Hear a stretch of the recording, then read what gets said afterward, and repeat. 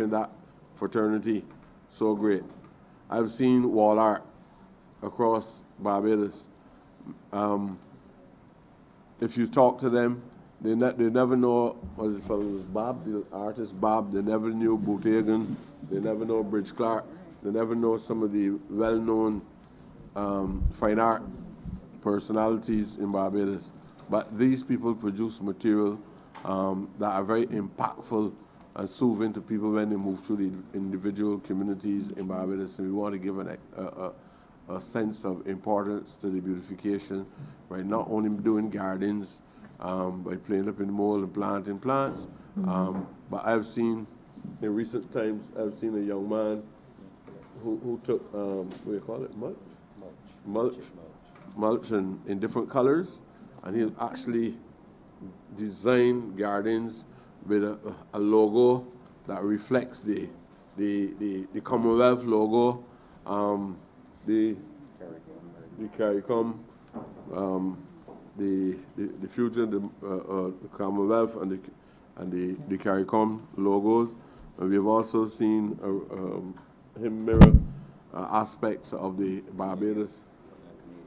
Well, we didn't go ahead with that. Yeah, but I've seen him done a lot of work that I think is interesting. I want to be able to introduce into the gardens, and in general, not only the botanical gardens, but other gardens as well. I think Bannister who deceased, Bannister left, there's a legacy of iron art of great significance. We have had discussions with the Bannister family, and they're quite willing to work with us and allow the NCC, between the NCC and the botanical gardens to have that art on the basis of some kind of license to do so. So it would be of no cost to us. All that we have to do is to agree to the conditions that would allow them to come and inspect and make sure that we keep it in good order. That is something that we intend to do. So to some extent, there's a lot of work to be done by Mr. Als and the people in that particular that agency of the government, in the NCC, as part of the Ministry of the Environment. I would also, what we're actually doing as well, we set about major targets at the NCC in producing the required. We have the seeds. We're trying to produce as much growth inside the nursery. We're going to have 600,000 seeds, about 600,000 seeds, in which we believe that the success rate will be way over 500, or even the 600,000 plants. We don't anticipate any major failure. We would probably keep enlightening you on the strategies that we're going to use to ensure that the failure rate don't increase in any way at this time. You speak about national beautification for the living, but I'm interested as well in national beautification for the dead. We have a graveyard in Bushy Park. I would love to know the plans for that. The chapel no longer exists for use. Are there plans to make the graveyard beautiful as well? I know it's under them. The reality is that the rigidity that exists between departments, we don't intend to continue with that approach. There's a very, through the meeting of the different departments in the ministry itself, we understand that there are, in fact, even what we might call overlapping concerns. We don't use the word in the sense that we see it as a duplication, and therefore it should not obtain. The reality is that as long as there's human existence, from time to time there's going to be an overlapping in many different areas. Somebody will concentrate on housing for the disabled. Some people will concentrate on housing for the able. The designers who design the houses for the disabled should understand that there's special provisions that might be put there. I'm just using that as an example. So you don't expect to build a house with 17 stairs for a man that don't have legs to get up to the top. So you obviously can build that for an able-bodied man, but that'll be healthy exercise for him. But a man that don't have legs, we have to look to see how we can construct rooms to the bottom of the a house in order to facilitate him. I'm saying that because from time to time, what is happening in one government department or what is happening in another government department or ministry might look like if it is the same thing, but there's a fundamental aspect of that program that makes it completely different to the other department. But when people do not spend enough time looking to see what are the differences, then you believe that you're duplicating. But out of different concerns, sometimes people address how do we find a way of creating a habitat for people that face certain conditions in life. In a disabled home, you have to have the appliances, for example, that you don't have to have. You have to have a stove of a certain height. You have to be extremely cautious. Sometimes in those homes, you might have to have more fire extinguishers, or you might even have to have toilet facilities that are wider so that the body can go in with a wheelchair. So all I'm saying to you is that while the sanitation is responsible for the cemeteries across Barbados, the beautification program which we have within the NCC, we will also work in collaboration, right? Or Right. the SSA could speak to us within the ministry, and when the SSA cannot respond to the demand immediately, NCC is quite willing to work with them in order to carry out the required service to make everybody happy. So in summary, there are plans? Thank you. We are not only plans, we are already executing those Wonderful. plans. Thank you so much for that. Thank you very much. I have no further questions at this moment. Thank but you. Honourable Leader of the Congratulations on your hard Opposition. work. Thank you much, Madam Chair. Just 2 or 3 quick questions. I'm sure that my honorable friend will handle with very easy dispatch.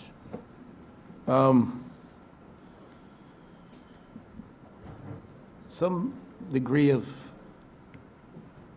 disgust has been expressed relative to what some people consider the nuisance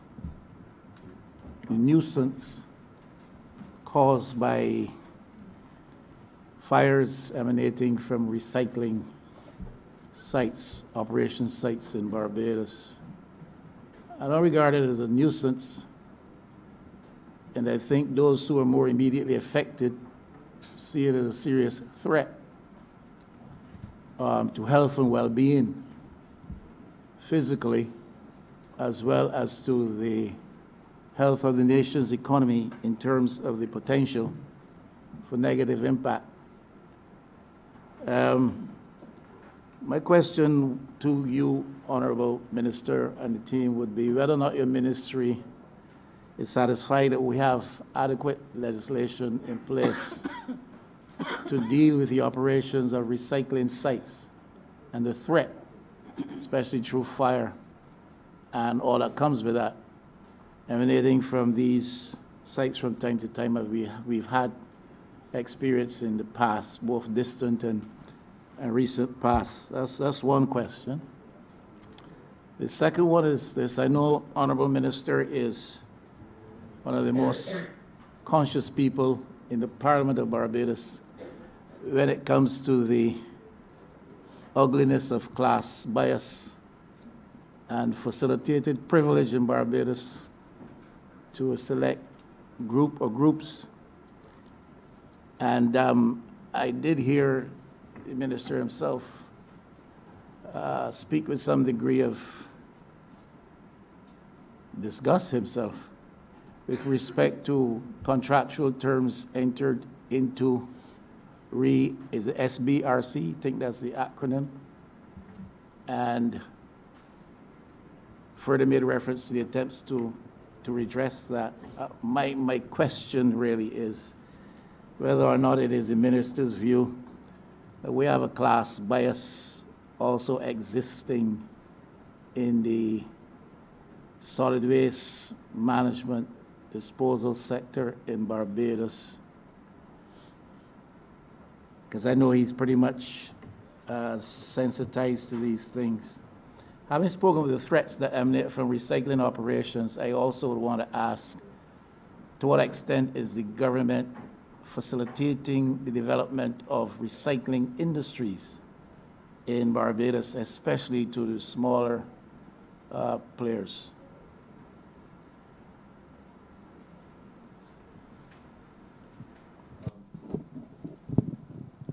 Minister, to be truthful, in any system, from time to time, we have to make... You accord to me, my honorable friend, a status which I do not endure. Minister of the Cloth. My Conrad, Leader of the Opposition, law should always be relevant to the social challenges of the time.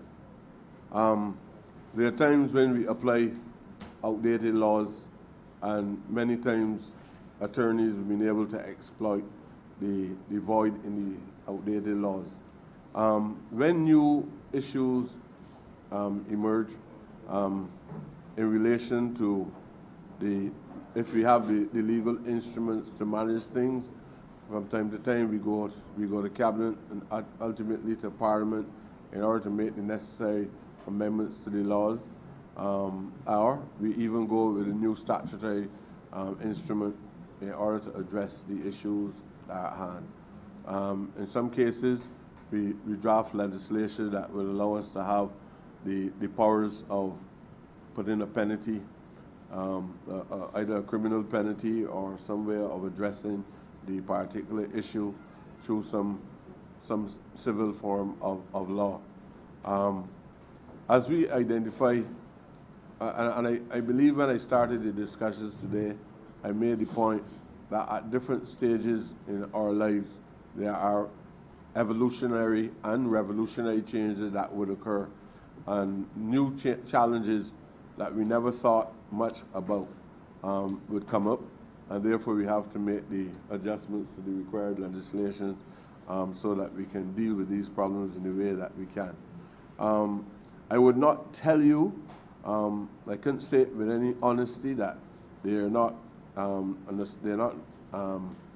requirements for amendments to legislation. In some cases, it would not be wise and prudent, even though I understand the commitment, to say where the holes are, because sometimes people exploit and abuse. Man is not that generous. Exploit those areas, knowing very well. For example, if we had a law that covers areas of narcotics or even herbal material that can be perceived as a drug, and people feel that there's no legislation to deal with it, I might be very well open up an area which could be injurious or detrimental to society in general. So therefore, I would not identify it. What I can tell you is that as things come up that we never experienced before, or we now recognize the severity of the problem, the ministry normally forward concerns to the Solicitor General, tell them what are or the DPP, but mainly the Solicitor General, tell them what are the concerns that we have, and we ask the Solicitor General to draft legislation. You get this so far, not the Director of Public Prosecution yet. To draft the legislation, and we look at it as thoroughly as we can at the level of the Cabinet, and then that legislation comes before the House Assembly so that things that we did not really see in the early stages, that second opportunity is made available before it goes before the House Assembly, and the law, well, it's from the lower house to the upper house to the accent of the Governor General before it becomes law. That is one aspect of it. I'm going to let Mr. Marshall answer the question in relation to recycling. and I would, while asking that, I would look to see what it is that you were asking about in relation to SBRC. Mr. Marshall. Thank you, sir. Good afternoon again. There has been a committee established by Cabinet, a technical committee, which I'm the chair, asked to look at the activities associated with known illegal dump sites, with activities associated with recyclers and recycling operations, as well as end-of-life quarries, with a threefold purpose. One, looking at addressing issues with illegal dump sites and identifying what needs to be done with those that have been clearly identified. The second matter relates to setting up operational procedures for existing recycling operations to ensure that they take the necessary precautions and follow the appropriate guidelines to reduce the opportunities and incidents of fires associated with those. And thirdly, to look at the rehabilitation of old quarries in a way that makes logical sense and use of the space that is there while being environmentally sound. I hope that that is explanation enough in that respect. With respect to the issue of access to opportunities for recyclers, normally they would contact the Ministry of Finance and indicate what business it is they're doing or they're seeking to do, and seek to have the necessary tax and duty exemptions as they would be requesting. If they're an established operation, normally correspondence would come from the Ministry of Finance to the Ministry of Environment and National Beautification, asking us whether or not we know of the operation and whether or not they operate in a manner in which they should before that permission is granted. And usually any new players in the industry look to come to us before they set up to discuss what the real opportunities are, to find out what the steps are that they need to take. So that is how those things normally obtain. I would also like to extend my views on that as well, as true as the expressions, the freedom of speech that Mr. Marshall offered without any guidance from me has been. But the reality is that, yes, they obviously, some of these businesses that we have across Barbados, all the legal requirements were not really honored. But some of these, especially waste brokers, have been performing a noble duty to the Barbadian public. And from time to time, purists believe that if you're what they are called legal, if you're not legal, then you should not function. I can be honest with you, and any of my officers can tell you, I am one of the strongest defenders of these operators. The legitimacy for me is that they're doing a service, a contribution to Barbados and the general public that we should applaud more so than look for loopholes in order to identify them and say that you ought not to be functioning because you're not legal. And what I've been trying to do is to make sure that I facilitate them, even in the present circumstances. I would not say that there's a class bias in it, because to be honest with you, these terms like class and race, I call a man a racist if he believes that he's superior to others. If a man believes that he has any level of class superiority, I believe that it might not be necessary color, because class is a very complex thing. I don't know if it is color sometimes, I don't know if it's social standing, What I know for sure that there are many men who acquired a lot of money, but the Barbadian public never perceived them no more than street men and grassroots men. They had over $1 million, $2 million. In some cases, some of these businessmen might be seen as wealthy men, but the reality is that based on who they are, the general public don't see them in that light. And so I can't say, because most of the times my position, which is unfortunate, my position is very favorable to those persons who stand at a disadvantaged position, and it is those people that I try to accommodate sometimes when they're making like small errors in the way in which they apply the services that they offer to the general public of Barbados. I grant you some mercy sometimes in the circumstances. So I would not say there's a bias. What I would say is that sometimes some people get a little pig-headed of a certain type, and they believe that they can make decisions which might come in conflict with the position being taken by the ministry itself. But trust me, leader of the opposition, they fall back in line very quickly. We have had situations in recent times where people who are in possession of dollars felt they could do what they do on our beaches. I am still watching closely, and I am waiting on all the material facts before I make another strong public pronouncement over the things that these people do across the landscape. So I'm not anti-businessman, but I am anti-pig-headed businessman. Anytime a businessman believes that he can bore his way through the state, it means that you're asking me to have less respect for the powers of the state.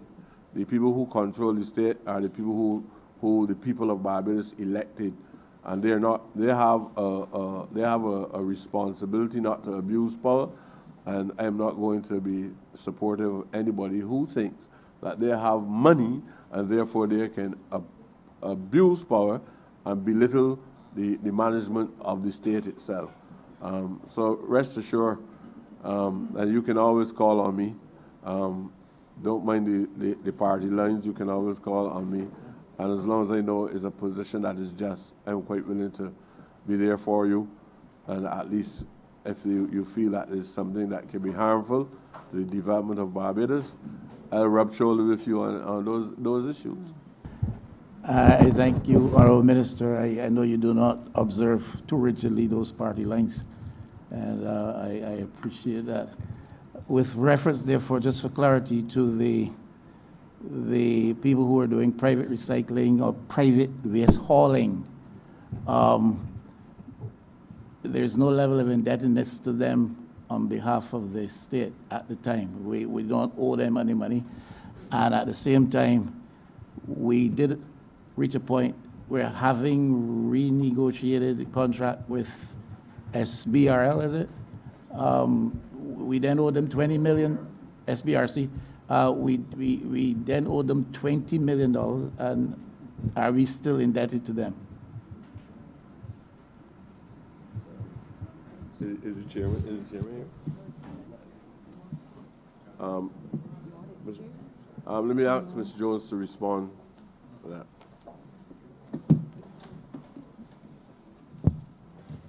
Good afternoon. Currently, we are not indebted to the SBRC.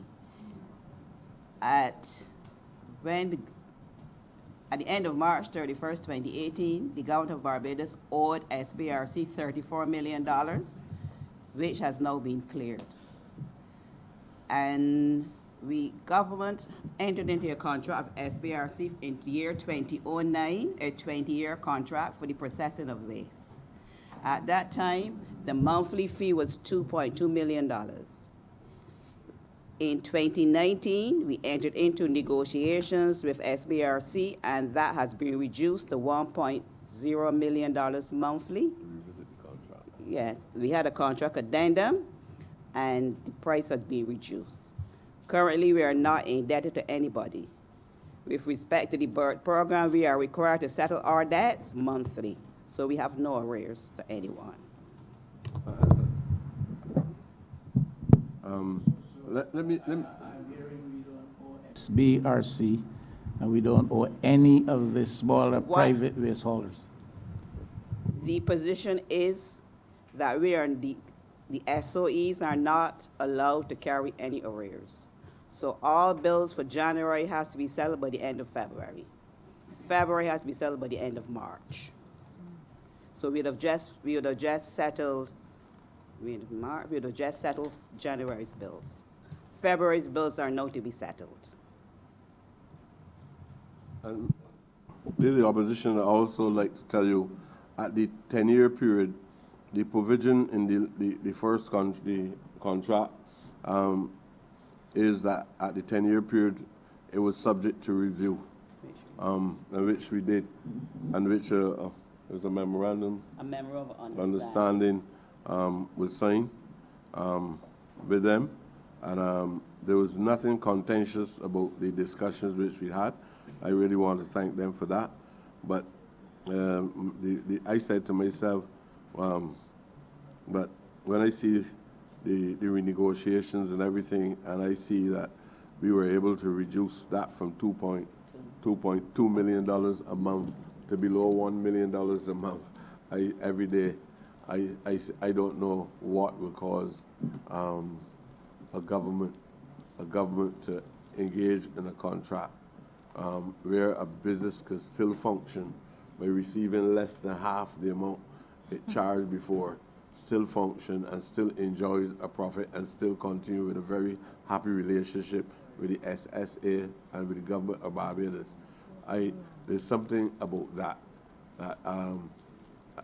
I consider not the company itself, but other persons at the government level to be suspects. And hopefully the truth will reveal itself in time.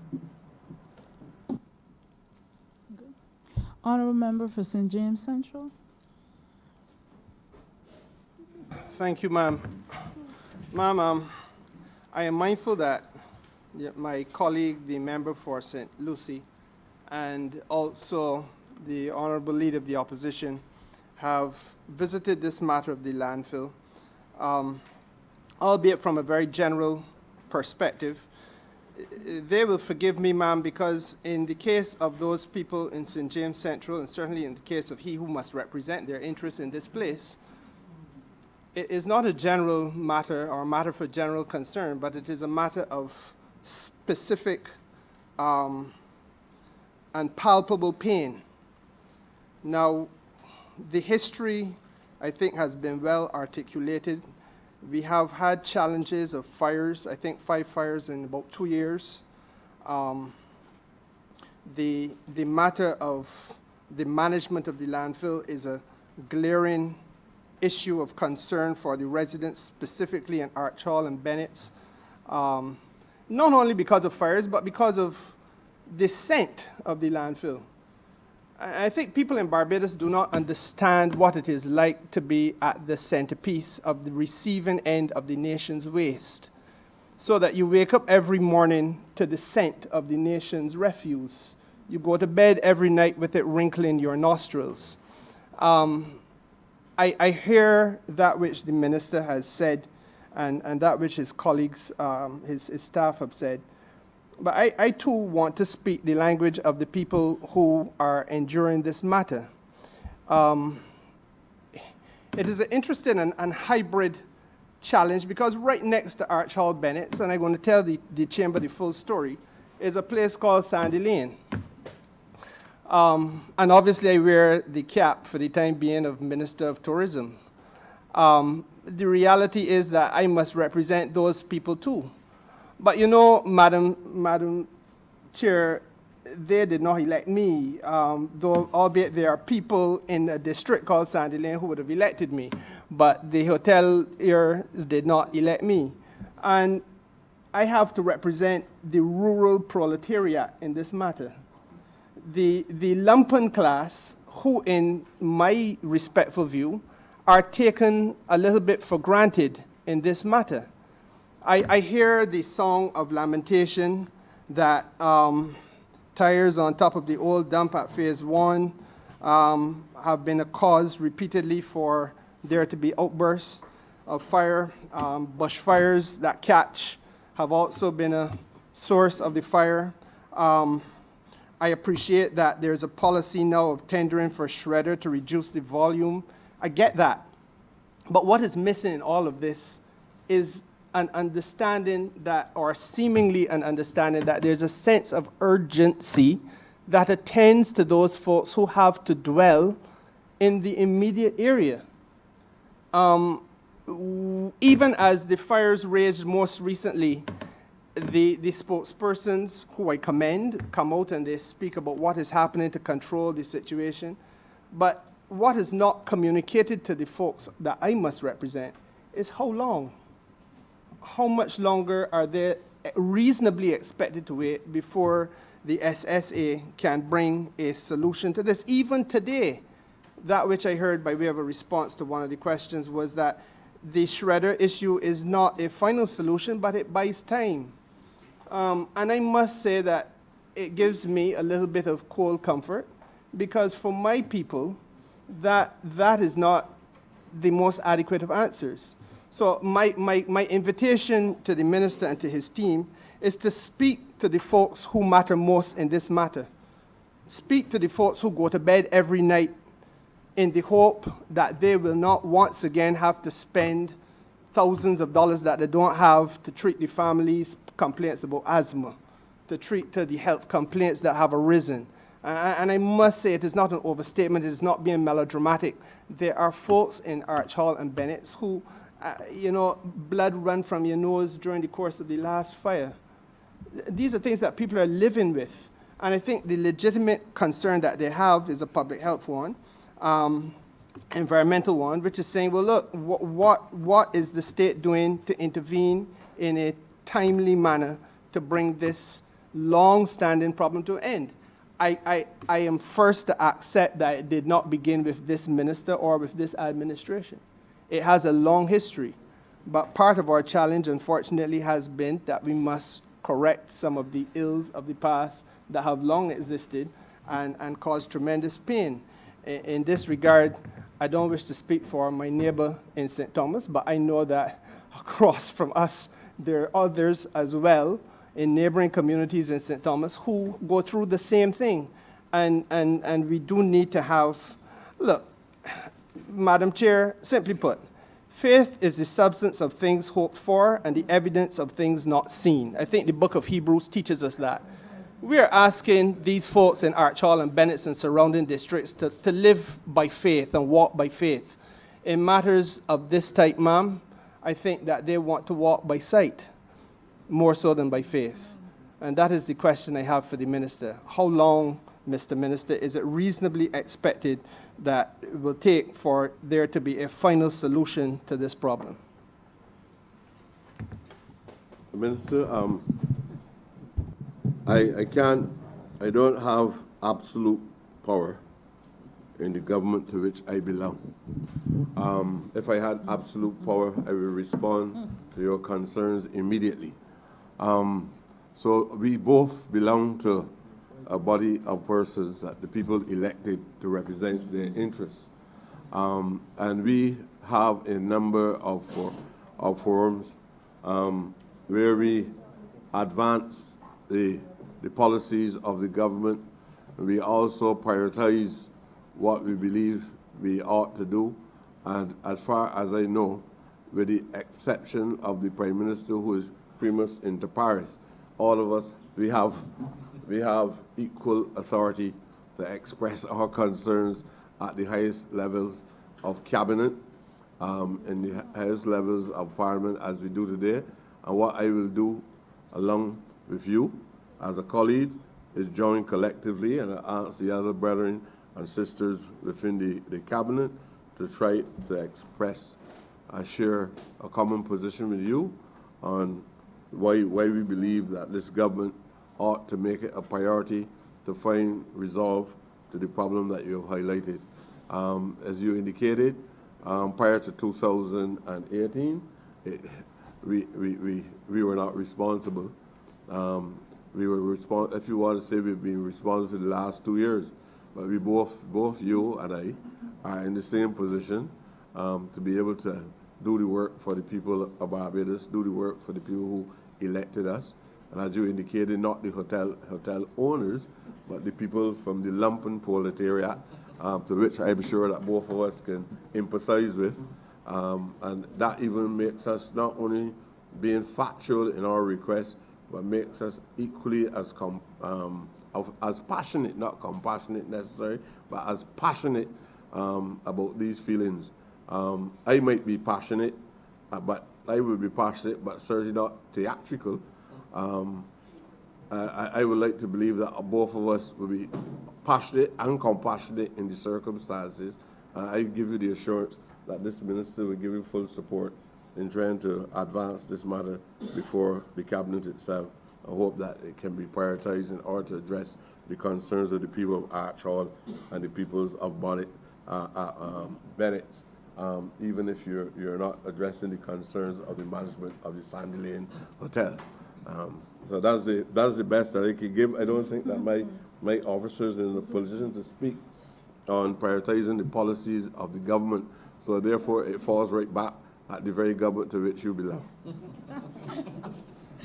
But, ma'am, if I may ask the follow-up question, I hear my colleague, and I thank him for his very kind sentiment, but I must go a little bit further because there are some aspects of it that do not sit entirely at the level of where we are as ministers. I just heard in this place that there is a committee which is looking at the issues of the management and the rehabilitation of old quarries and disused landfills. Again, the interesting thing about St. James Central is that we have them too. I'll give you the example that in Hoyts Village, for example, it fell to your humble servant in opposition when one morning the folks in Hoyts Village woke up to find an incinerator had been placed without reference to anybody in the belly of the Bagatelle dump. And your humble servant then had to lead the charge to go to the court in order to secure an injunctive relief to stand between the people and those who would have wished to commercialize the Bagatelle dump by way of an incinerating plant without reference to the people who live there. This is the lived reality of the people that I am representing. And so therefore, to hear that there is a committee that is going to be looking at matters of the rehabilitation and management of these types of facilities heartens me, and I am sure my constituents on one hand.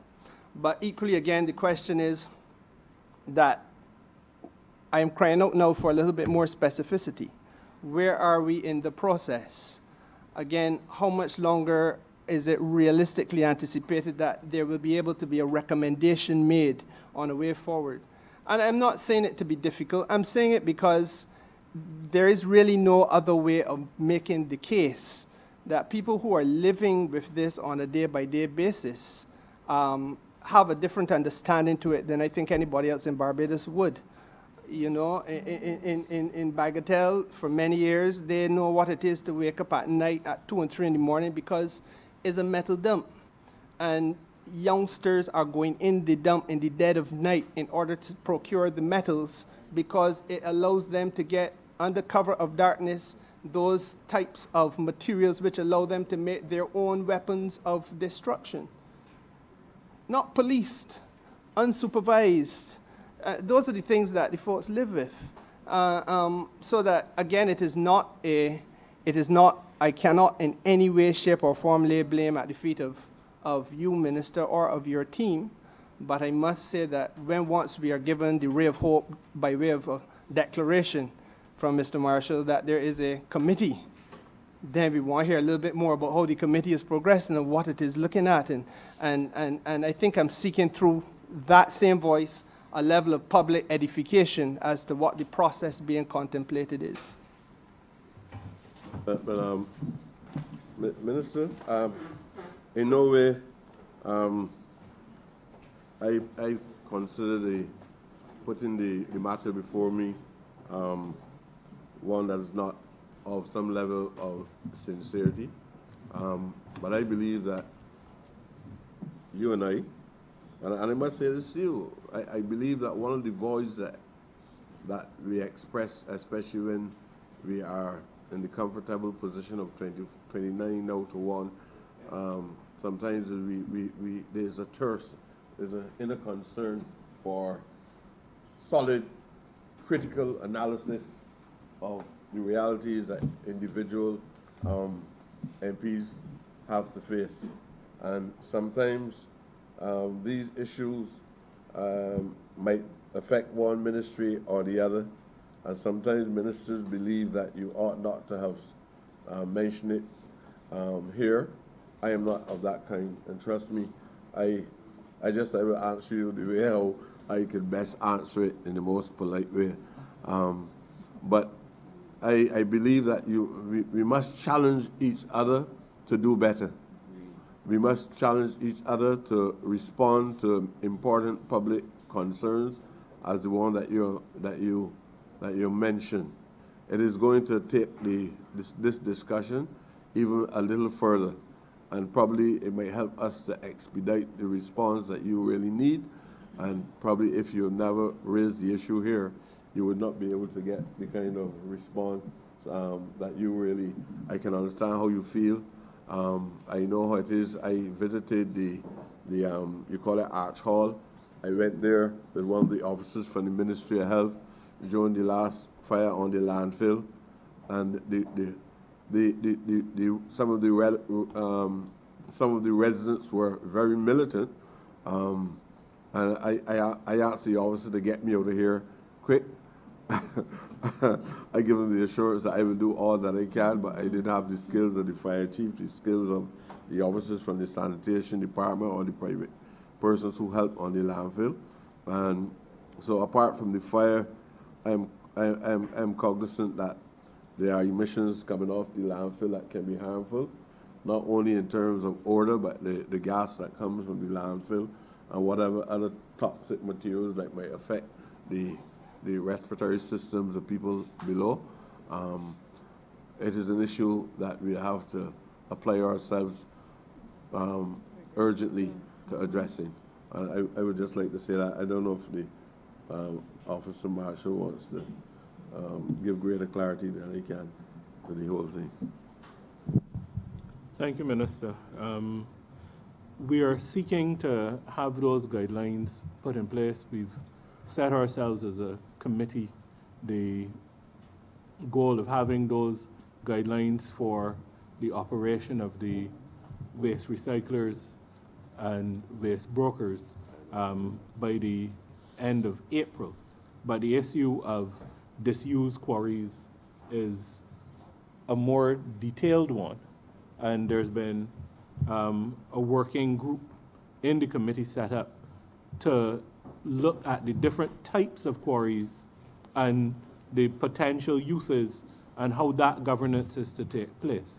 What happens now is that you can have development of a quarry and then you're required by law to rehabilitate that quarry, but there was no existing guidance on exactly how that rehabilitation was to be done.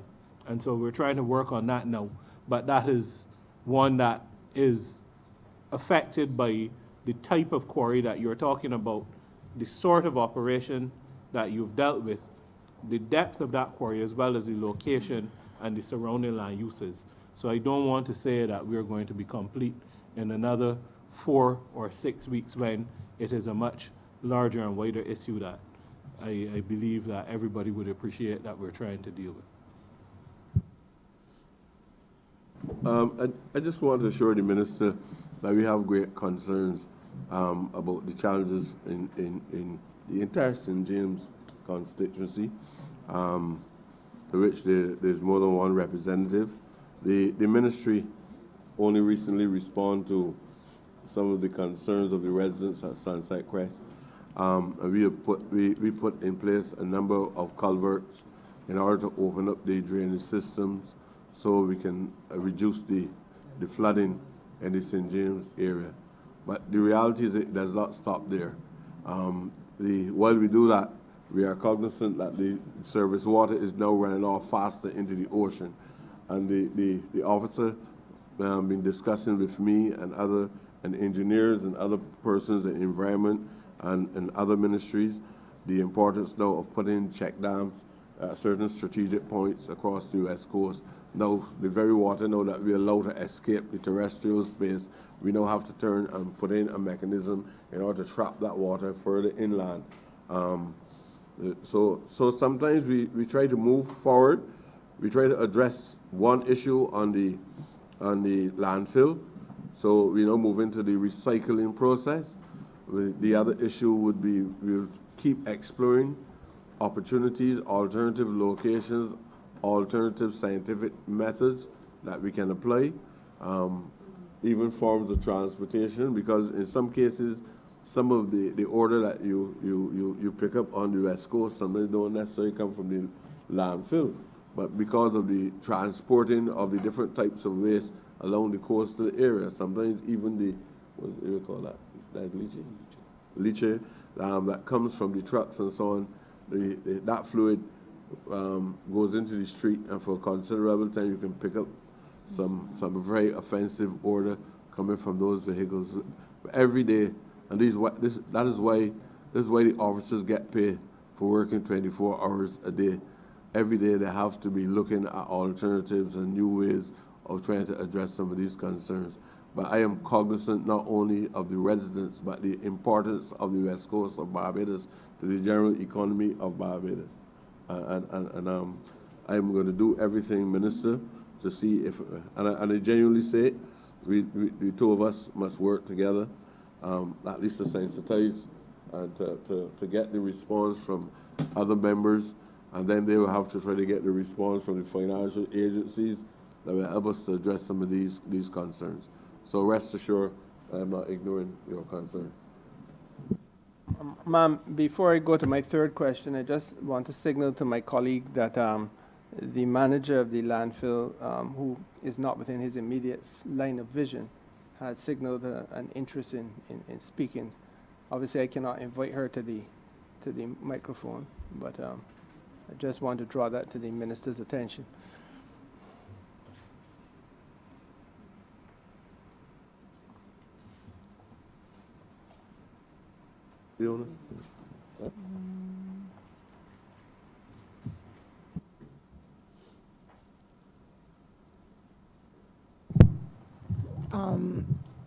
Leona Dean, SSA, again. I just wanted to address some of the concerns that Minister for St. James Central would have addressed with regards to the odors coming from the area, Mangrove Pond area. There are several reasons, again, why there would have been odors in the past.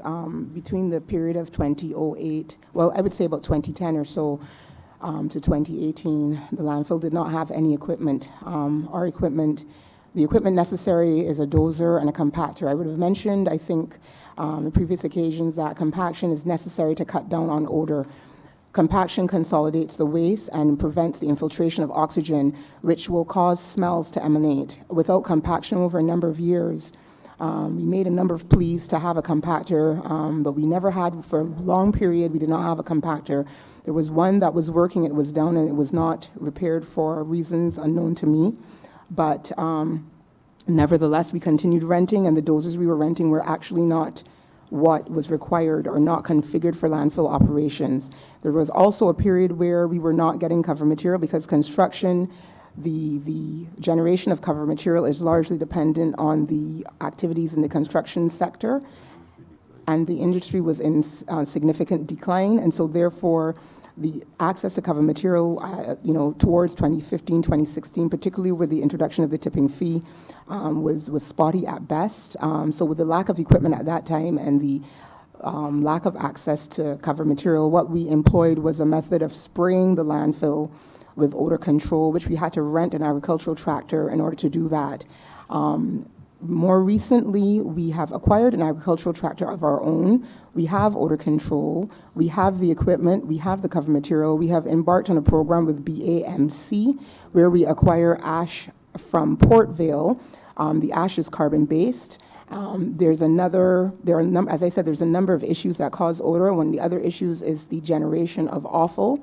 Not all of the smells come from the landfill. People actually bring putrefied offal to the landfill, offal that they might have had over a number of days, chicken guts, fish, bovine, pork, well, pig guts, that kind of stuff, and it is actually already disintegrating or decomposing. They do not treat it. We have actually sent letters to all the offal haulers on several occasions. Sometimes when people are in Arch Hall, they think they're smelling the landfill, and there are trucks on the highway that are hauling this stuff uncovered, and in a very disgusting and smelly manner. And so when it gets up the hill, that smell comes down. In addition, the transfer station has had some issues over past little while because of the fire. There has been a number of complaints leveled against the landfill that actually were not the landfill at the time, where they would have smelled the continuous burning from the original fire, and also sometimes they have issues with their compost area. So there are a number of inputs that may cause odor, but it is not necessarily exclusively the landfill. We check every day. We actually have a supervisor that lives in Arch Hall, so he will tell us whether or not there's an issue, and we do everything in our power. The ash we cover, we make sure that everything is covered down, but there are other external or extenuating factors that we don't have direct control over, but we've basically tried to clamp down, particularly on the offal haulers, and given them a certain time to get into the landfill so we can control and cover off the offal hole prior to a certain time in the morning. We don't leave it open any longer. That has come with a lot of backlash where people want to haul offal on the road all kind of day and stuff, but we have clamped down on it a lot. So we're hoping that these things significantly improve any of the odors from the landfill side, but as I said, it's not the landfill alone. Thank you. Ma'am, my final question for the minister is perhaps on a easier batting wicket.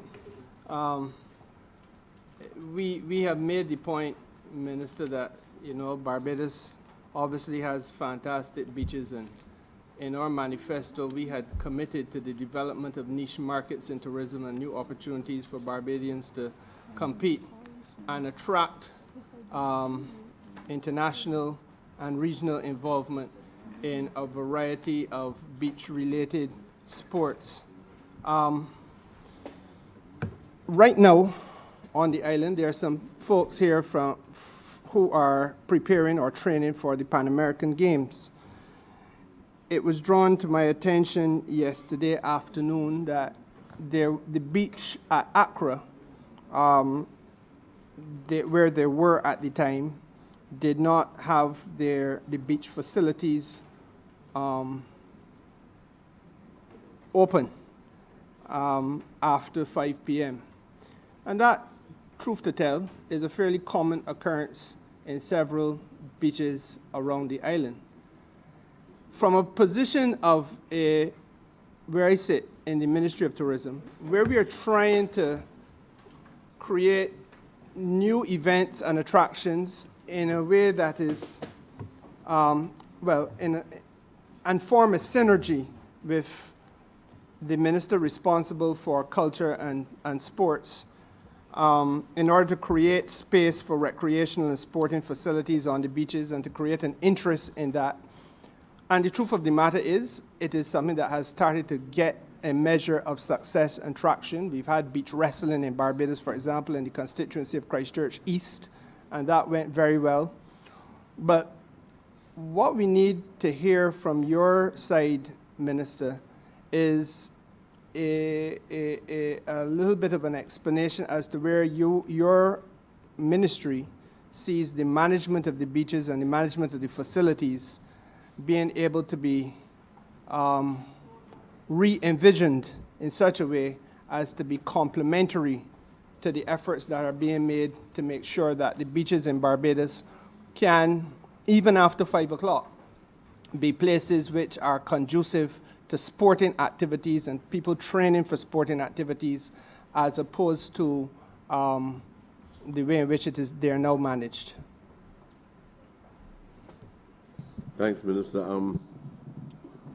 The difference in the approaches, there are a number of traditionalists believe that we should continue to work the way we're accustomed working, doing things the way we're accustomed doing. And when we break away, sometimes from doing those things, they always put up some level of resistance.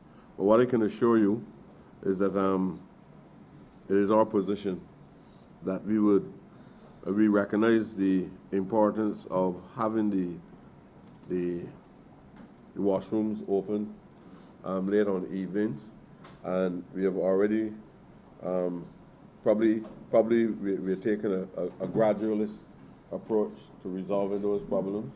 We've been working closely with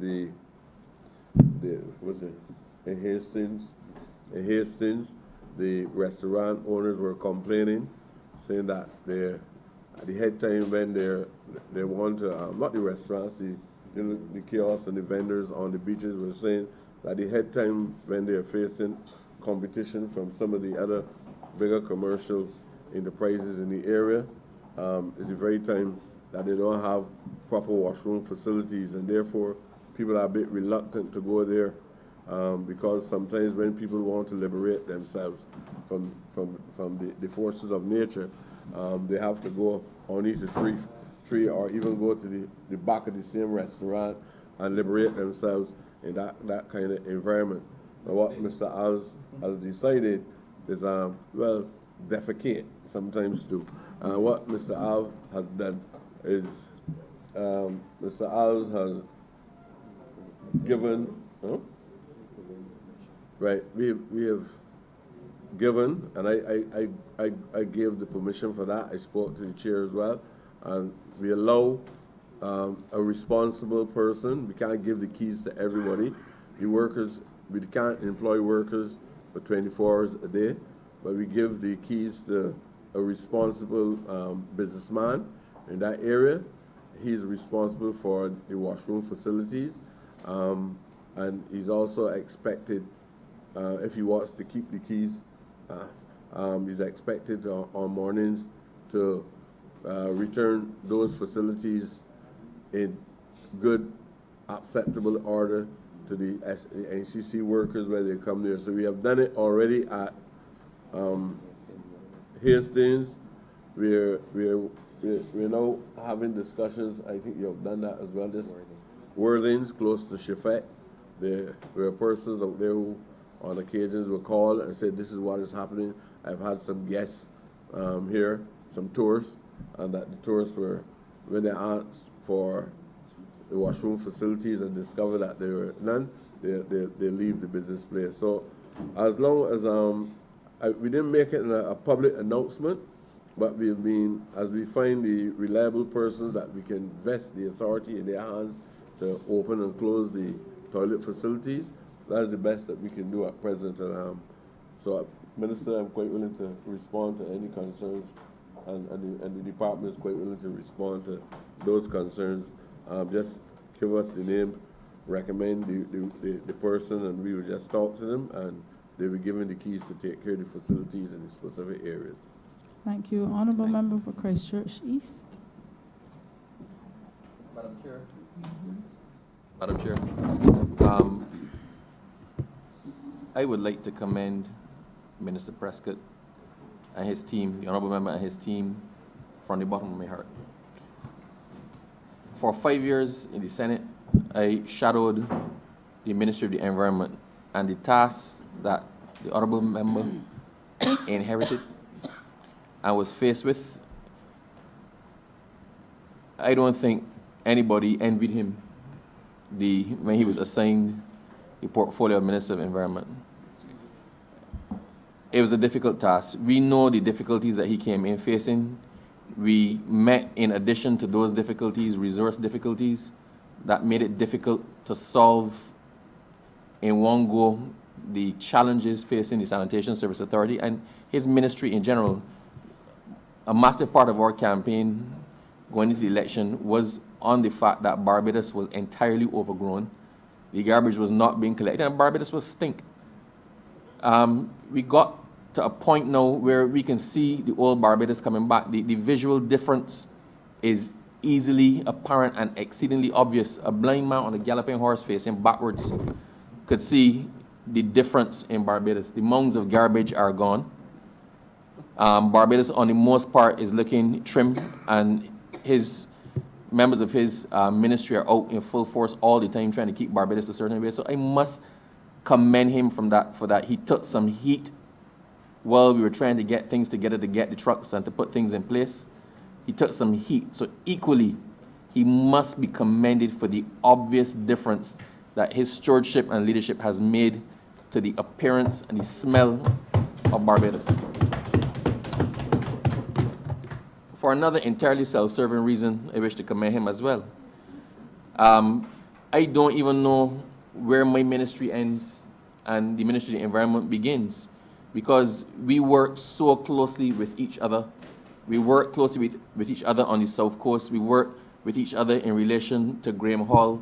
Half of his team that is sitting there attend weekly meetings with me on a Monday morning, dealing with the South Coast and the Bridgetown sewage. The bulk of our plans for sewage and water involve the Ministry of the Environment. So he calls my officers and gets their cooperation even without my consent, and I do the exact same thing. This is the perfect example of the one government concept. So I wish to thank him for his ease of doing business that allows me to easily do my business and allows us both to look good. Having said all of that, sorry, the last thing I wish to say in that vein is that I heard the honorable member who just spoke and his concerns about the facilities and the access of facilities. And I must say, it simply requires a phone call. My experience has been that it simply requires a phone call or message. Mr. Alves is very, very cooperative. Most of the members are very cooperative. We have a very good working relationship with the NCC down Silver Sands. The Silver Sands beach, the facilities down there, which I would dare say are among the cleanest in the whole of Barbados. So on that score, I say it has become a lot easier to get things done through the Ministry of the Environment, and in particular with the NCC. Now, am I taking off that admiration hat and putting on my Minister of Energy hat? With respect to the Botanical Gardens, the Botanical Gardens is massive. I don't know exactly how much acreage you occupy. You must be aware that under the last government, there was an intention to turn the entire botanical space that is now the Botanical Gardens into a solar farm. I'm very glad that was not done. Having said that, there are areas in the Botanical Gardens, particularly I believe to the north, where the soil might not be as conducive to the horticultural exploits that you have in the rest of the Botanical Gardens. And I think that some of that land can actually still be put in to use for renewable energy. It would set a perfect example if the Botanical Gardens, which is above the Bell Aquifer, was to be powered entirely from renewable energy.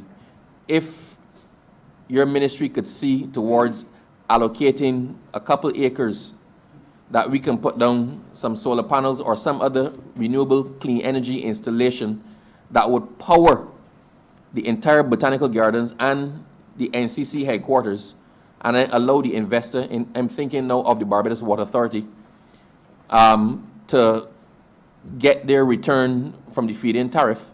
It's a mutually beneficial exercise. And I think going forward, with all of the NCC installations, where you have big installations that might be conducive for some aspect of renewable energy, I would like you to talk to us so that we can ease your electricity bill and still collect something on the back end in terms of the feed-in tariff. So it sets a good example that the Ministry of the Environment is pushing to make itself self-sufficient in electricity and to generate its electricity from clean sources. So I would like you to look at that. I would welcome the opportunity to sit with those members of your team who are in charge. I took the liberty of speaking to Mr. Ricardo Marshall in this respect before, and also your PS. But I would like us to actually further this conversation seriously, because to get to 2030, fossil fuel-free Barbados or carbon neutrality by 2030, in addition to planting trees, which you seem to have covered, we also have to enhance the RE aspect of our generation capacity in terms of energy. So I look forward to working with you in the way that we have harmoniously so far to actually push this agenda, which will be beneficial to both of our ministries. Thank you, Minister. Obviously it is on the table for consideration, but in recent times we took a master plan of the spatial delineations in the gardens, and what exactly we would do with every spot. And that it is 254 acres of land. I will also tell you that we have plans ahead of constructing a geriatric hospital on the eastern side of the land that we are now developing. I don't know the exact size of the land space there, but looking at it, it looks as though it's equally as large as the one that we already occupy.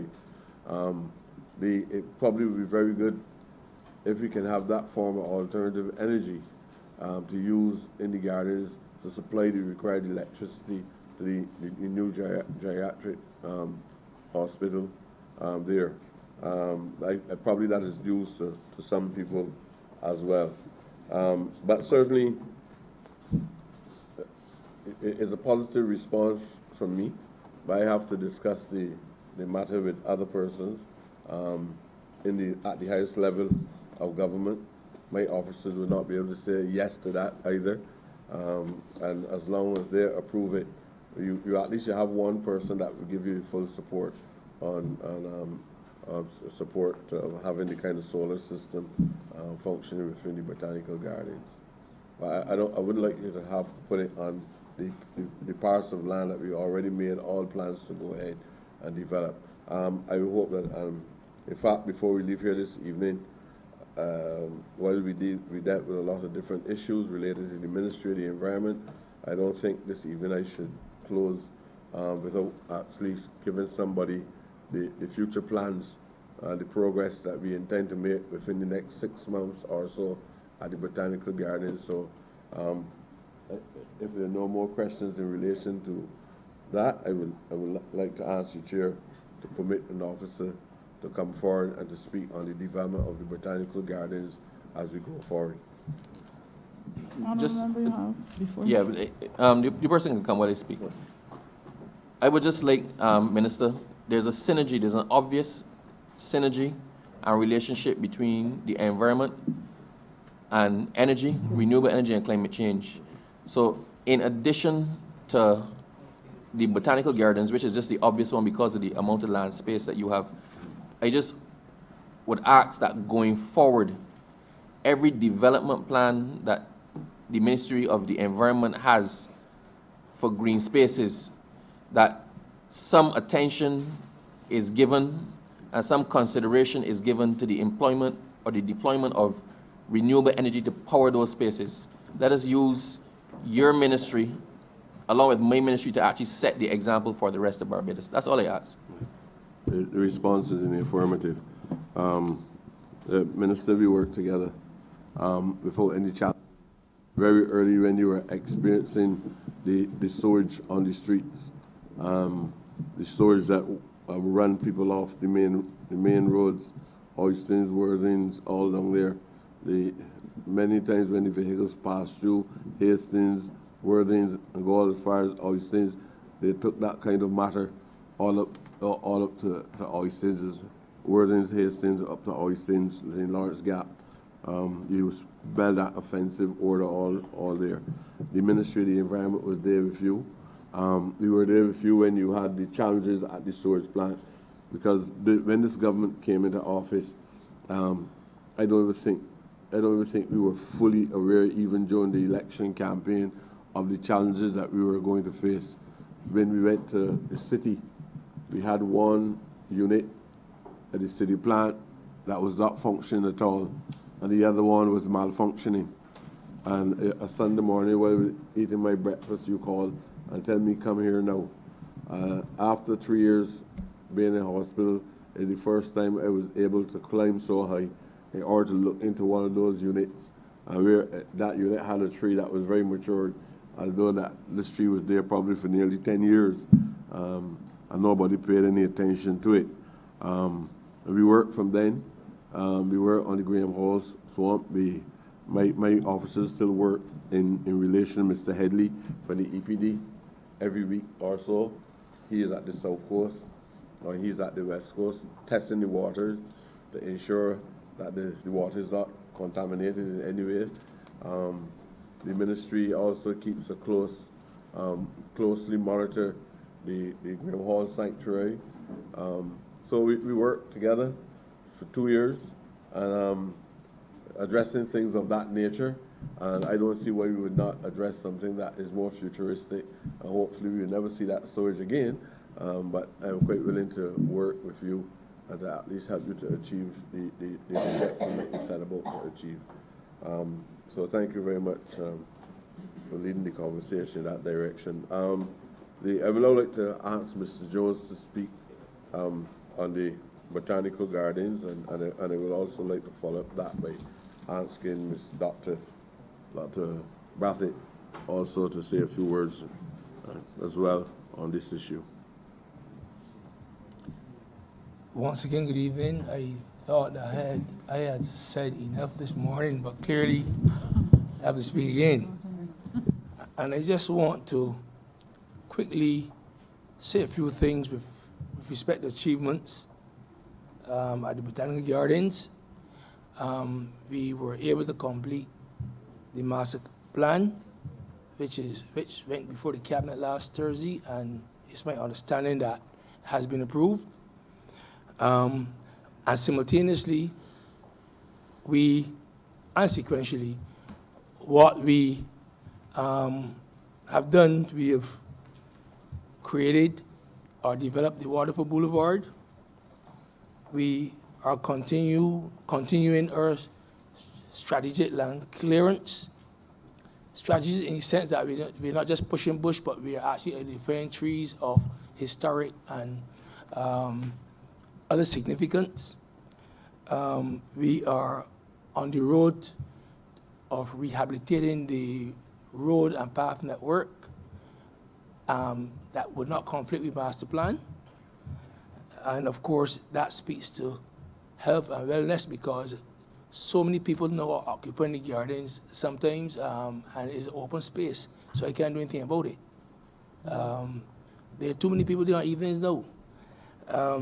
We have also identified an area in the gully ecosystem where we would actually look at the carbon sequestration plot in terms of, I mentioned earlier this morning, in terms of measuring height and diameter increment and basal area of plants, and of course the soft tissue too, which should be the actual plant phenology will guide us as to how we will proceed in terms of the actual collecting mechanism. But there's a standard formula set up for that. We will continue the public education program. I just want to mention that the trust itself, the Botanic Garden Trust itself, the Garden Trust, that has already been submitted to Cabinet on Thursday at the presentation. And I believe that the Cabinet is perusing that, and they will come back to us and say whether or not what amendments will have to be made to that. And of course, we are continuing our program, the technical cooperation programs with the potential funding programs with Jeff and other international agencies.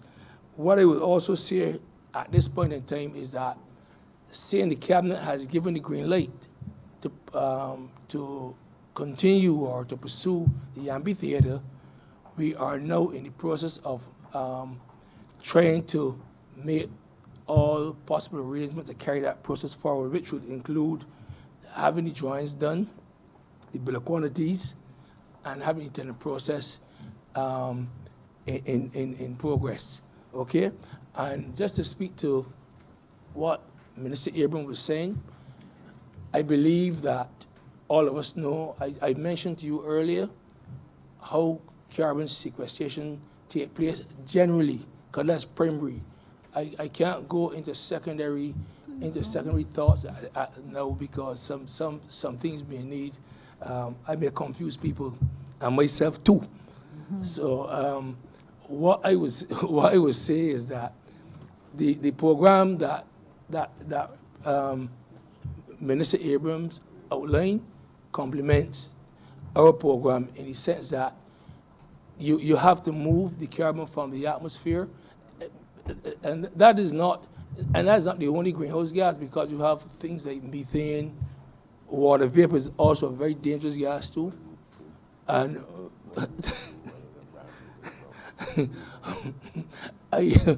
Minister want me to go into some details.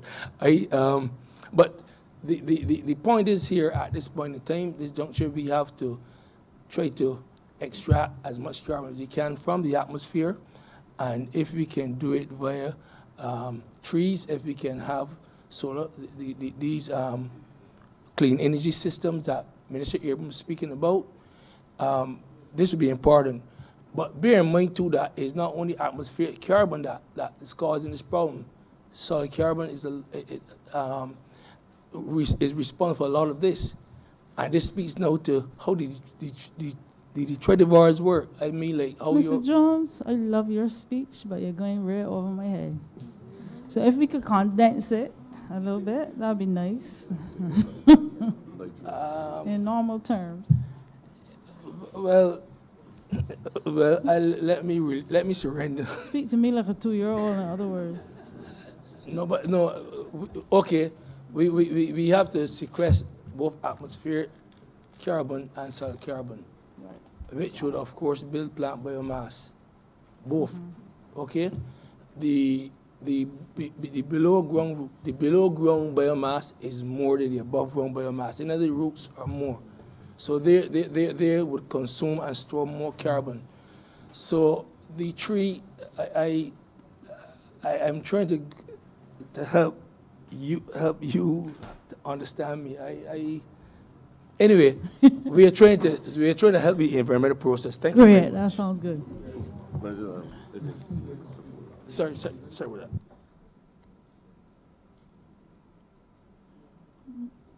That's it from you? No, you wanted to invite Dr. Brathwaite as well. Yes, that's Dr. Brathwaite.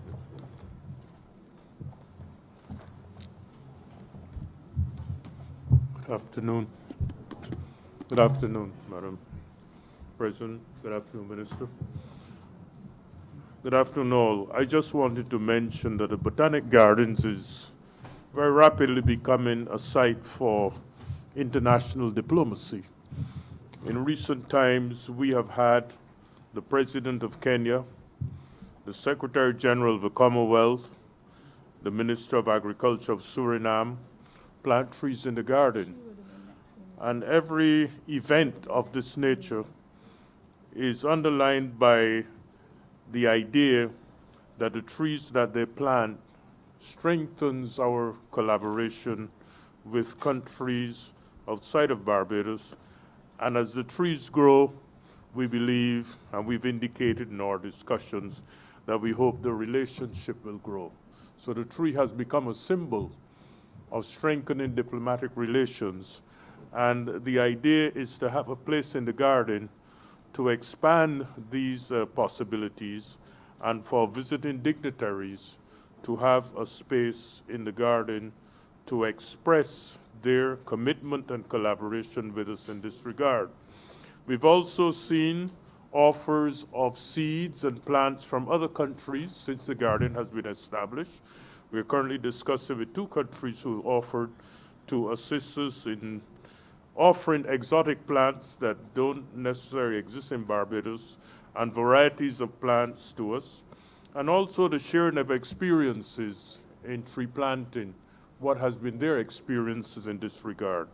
And so, with time, the garden can become a place not only for the expansion of our species, a place for the preservation of our biodiversity, where we can maintain evidence of the plants that we know, but also a place for international cooperation, a place for the sharing of experiences with other countries and sharing germplasm and plants that they have that could contribute to our general flora and in this country. In that regard, the Botanic Gardens, therefore, is an important place for us, not only as a place of peace, beauty, but also a place for strengthening diplomatic relations. I also want to add, Chairman, some people might see the removal of the trees, especially in the boulevard, as a form of deforestation. The reality is that we remove trees that we consider to be alien invasive species. That's the term that is normally used. Predators in the whole environment itself. And you will notice that we remove the river ptarmigan from in the gardens, because if you look at the river ptarmigans, you will recognize that very few forms of vegetation grow close or anywhere in close proximity to the river ptarmigan trees. So you see the clearance down there. Some people say, well, why are you removing trees at a time when you're saying how important trees are to the environment itself? But those trees are replaced with trees that have some immediate utility value to the environment that we are clearing. I also like to let the public know, and this chairman know as well, that we are moving swiftly on as soon as the architecture work is completed. Mr. Devenish can probably say a few words on this. The architectural work is completed, and that is post the approval, which we got the approval for the master plan about 2 weeks ago. The architectural work for the amphitheater will now go before the town planning eventually. We are going to put in the infrastructure that is required for amphitheater. We are going to try to do all of that so that this year, hopefully for the Crop Over Festival, we could do as we did last year, not on the same location, but we're moving more towards the northern side of the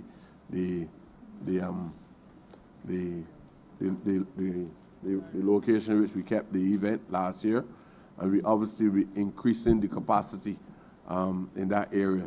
That is a very beautiful site. The areas of it that like to be surrounded by ponds and so on. It's going to be a completely different setting, and I'm sure that the Barbadian public would respond to it in a very favorable way. Apart from obviously infrastructural work with large crowds, we have to put in place the required washroom facilities, strategic areas, especially if the crowds are extremely large. Firm decisions will be made on what type of facilities we put in there. There will also be commercial units for vendors and so on at different strategic points inside that area.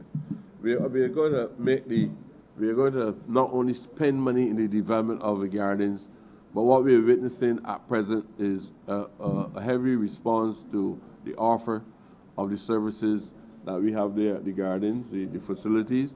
Apart from Crop Over last year, we had a lot of cultural events, a lot of sporting events on Saturdays and sometimes on Sunday afternoons. There are lots of young people and senior persons coming to the gardens. So the potential is there, and I believe that eventually garden will pay for itself. Now, the garden, very shortly, a paper will be taken to Cabinet, a draft document in the formation of a trust, which the trust will be the unit that will continue to finance the services in the gardens. We'll be doing some restructuring because we don't want to be in a position where we have about 3 different entities all working together with 3 different pieces of legislation. One legislation addressing the botanical gardens, the other one addressing the legal status of the NCC and what the NCC can do, and then you have another one addressing the trust. So we're going to try to rationalize that as we go forward.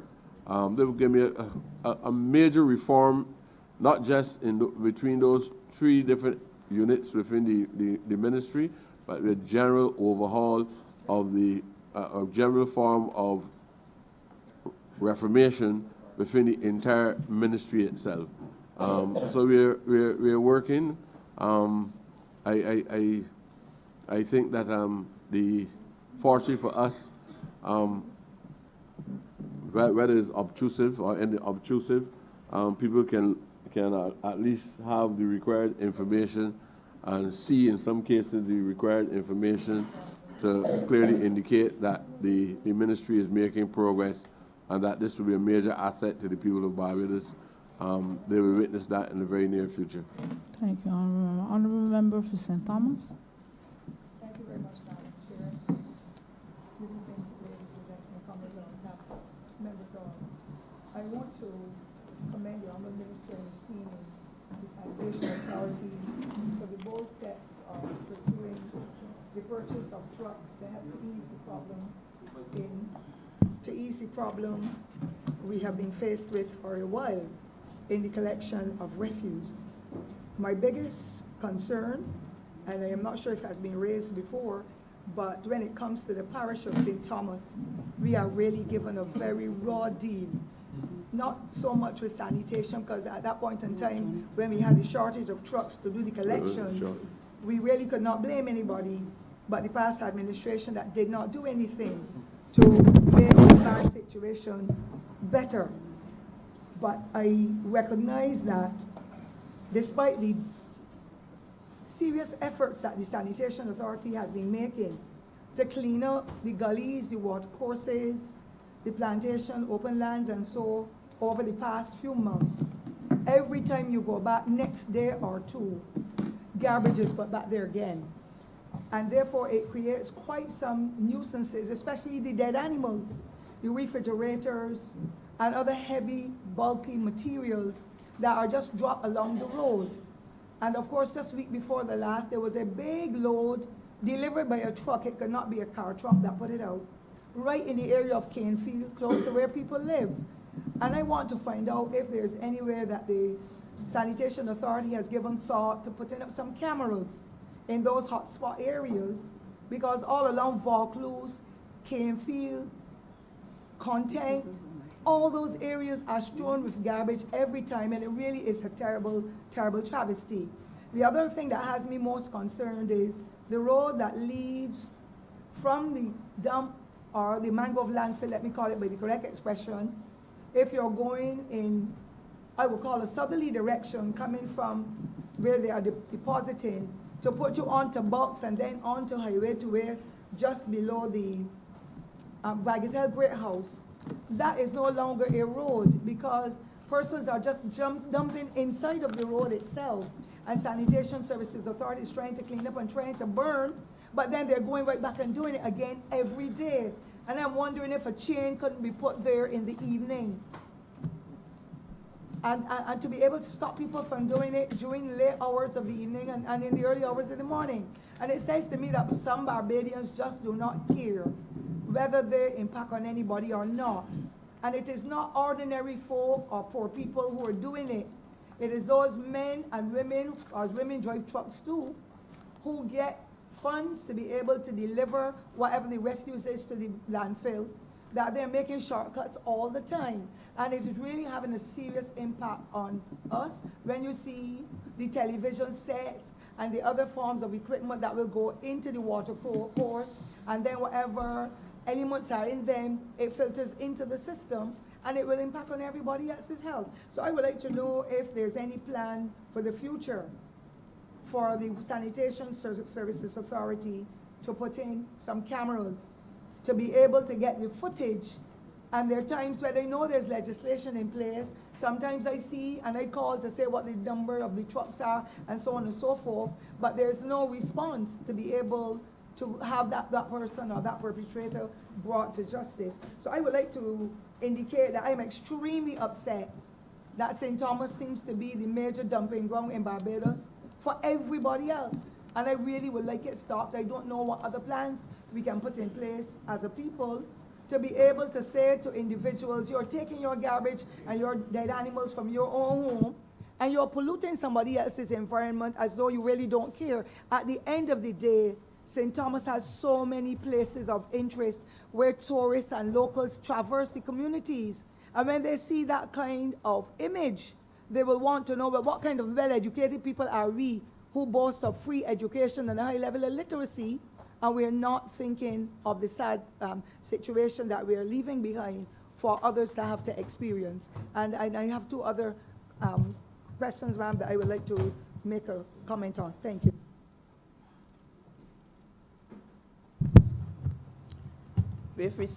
Good evening. Janice Jones, Manager Sanitation Service Authority. With respect to the matter of illegal dumping, the Sanitation Service Authority really doesn't have any legislation with respect to dealing with that. The legislation falls under the Ministry of Health, under the Health Services Act. The Sanitation Service Authority has no provision in terms of dealing with the illegal dumping. We have been working closely with the Ministry of Health because they are the ones who have the public health and the environmental health officers whose responsibility it is to ensure and to go around Barbados to seek out the illegal dumps. What the authority has been doing, once it's been brought to our attention, we will go and clean it up. And as soon as we clean it, within a couple of days, people are dumping again. The solution for that is rest with strong legislation and people being hauled before the law courts. Until that is done, Barbadians will continue to dump indiscriminately. Yes, ma'am. The other query I would want to make is in relation to, if we are talking about developing generational links in our society, and our adults are continuing to do negative things to impact on the environment in the way that it is going on now, I would like to find out what are the synergies with the Ministry of Education and other learning institutions with the Sanitation Services Authority to be able to sensitize children even more, and parents as well, so that they get a better understanding as to what is going on with the illegal dumping, as well as encouraging them to work their own little garden beds and to do the mulching and whatever else happens with the skins from your vegetables, and so that the children can do that, coupled with how they will separate their garbage. And I would like to know what kinds of arrangements are being made, because I think it is critical now for our young people to be able to get a better opportunity.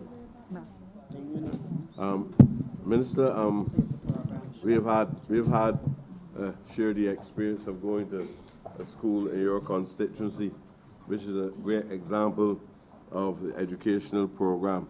I think that because of limited personnel, we have not been able to do it universally, from north to south, east to west. But we've been discussing in recent times starting a competition among the schools in Barbados, especially primary schools. And I could, in fact, let me let the officer at least speak to it with great authority. Good evening, Thora Lord, Waste Management Coordinator at the Project Management Coordination Unit. At the Project Management Coordination Unit, we're responsible for the education and public awareness of all Barbadians, including the school children. We have programs where we go into the schools, we speak to the children, we tell them the importance of proper solid waste management. And when we get there, we realize that the curriculum is doing exactly what it needs to do. When I speak to the children already know that they're supposed to put the garbage in the right place, which is the bin. Now I'm trying to change that thinking somewhat to tell them that there's another way. You know that you're not supposed to dump it and litter it, that's fine. But we're also opening to avenues of recycling. What we had done at the Project Management Coordination Unit is that we've been working with all primary schools. There are about 5 that we haven't gone into as yet. We've put recycle bins in these schools, and we've told the children what they need to do. And we've spoken to the children in the presence of the teachers. And what we like to stress is that it is a school program. It's not a children's program. And what the children can do, and the teachers, and all staff at the school, is bring their recyclables from home to the school. What happens is that they're stored there. There's a school program. So all the adults at the school are also supposed to be involved. And it is hoped that once we have left, we don't have officers there to speak to the children day to day, but hopefully the teachers will remind them, maybe at assembly on the morning, waste broker, and they come and collect. If there is a problem, if there's some sort of breakdown, then they're free to call us again. What we also wanted to do to put some push onto it, to get them more interested, because there's some schools that are very, very good, and there's some schools that are not. Some are trying. And what we have thought to do at the unit is to have a competition where we would tell the children, bring your stuff, and what we would do is to give a prize to the school that does the most separation. One thing that I have been doing as a part of that is to try to encourage corporate Barbados to come and help us in terms of prizes. We realize that the government cannot supply everything. We will go with the education, we have the program, but we need persons to come and help us when it comes to the prizes. Anybody listening, you could call me at 535-4883 if you're interested in helping us in that way. And we really want to get this recycling off the ground. It's not like we're not trying. They're basically 2 officers. We've gone to all the primary schools. There are lots of primary schools out there, private and public, and we would like to get it off the ground. Well, not off the ground, that aspect off the ground, but just give it a little more mileage than what it had in the past. So when you say bring their recyclables from home, Yes. if I pack my dog with a big bag of bottles, Yep. she I can did bring it it to to mine. school. Mm-hmm. She can bring it to school. What school? Well, you have, where she goes, you have containers. I know this for sure. Is that St. Mark's? Yes, it is. Yes. I remember your comment Right, last but year. if I have a whole set in my garage, I can send them to school? Yes, you can. Really? Thank you. And the school, yes. I don't like to advertise that, no. The school then will call the waste broker and they will come and collect. As I said, if there is a problem, if communication has broken down in any way, you can call me and I will try then at the project unit and I will then liaise with them and get you going again. Ma'am, could I have your number again? 535-4883. 535-4883. Yes. Go ahead. That's it? Go ahead. Query? We all know St. Philip is you, ma'am. St. Thomas was That targeted sounded with good Cave the Hill. first time. And that is one of the worst experiences I believe this country would have been faced with all the confusion and the whole conundrum of Cave Hill. And I believe, yes, we need to get the waste to energy projects going and so on. But I'm moving from Cave Hill and going straight to that 6-story building that is built in a construction zone that nobody has gone into it to say, let us be business people. It is built near the biggest quarry you can have in Barbados. It is near Scrapman. It is near the Mangrove landfill, because I was told, and I never lived anywhere else, that that is a general construction zone. And then we saw a 6-story building sprout out in that general area. This is now going on almost 4 years, ma'am, and not a fella has occupied it, because I understand that it is not completed. I would like the Honorable Minister and his team, to explain to us exactly what is happening there, because if workers from the Sanitation Authority were expected to go there to work, and the place has challenges, as most places will if they're not properly clean, and we have sinus problems and asthma. So I don't expect workers to go into, I would like to get a current detail as to where we are at now. And if there is skullduggery in here, I would like the Honorable Minister to please source whatever information he can, if he can, to let the people of Barbados know the taxpayers must not be fleeced anymore, as I saw and I heard of matters in the last administration, that last decade. And so if the minister can help us to say where we are at with this 6-story building, what are the plans for the future? I know government pays large amounts of money for rentals of other people's facilities to the tune of millions of dollars. I want to know, ma'am, through you, ma'am, what is the status of the building that is at Vaucluse in the parish of St. Thomas? Minister, as Minister of the Environment, I did all that I can to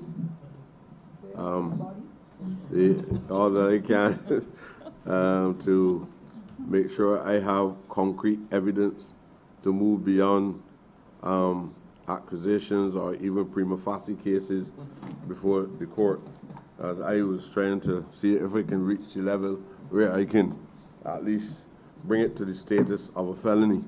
I unearthed what documents were available. I had a lot of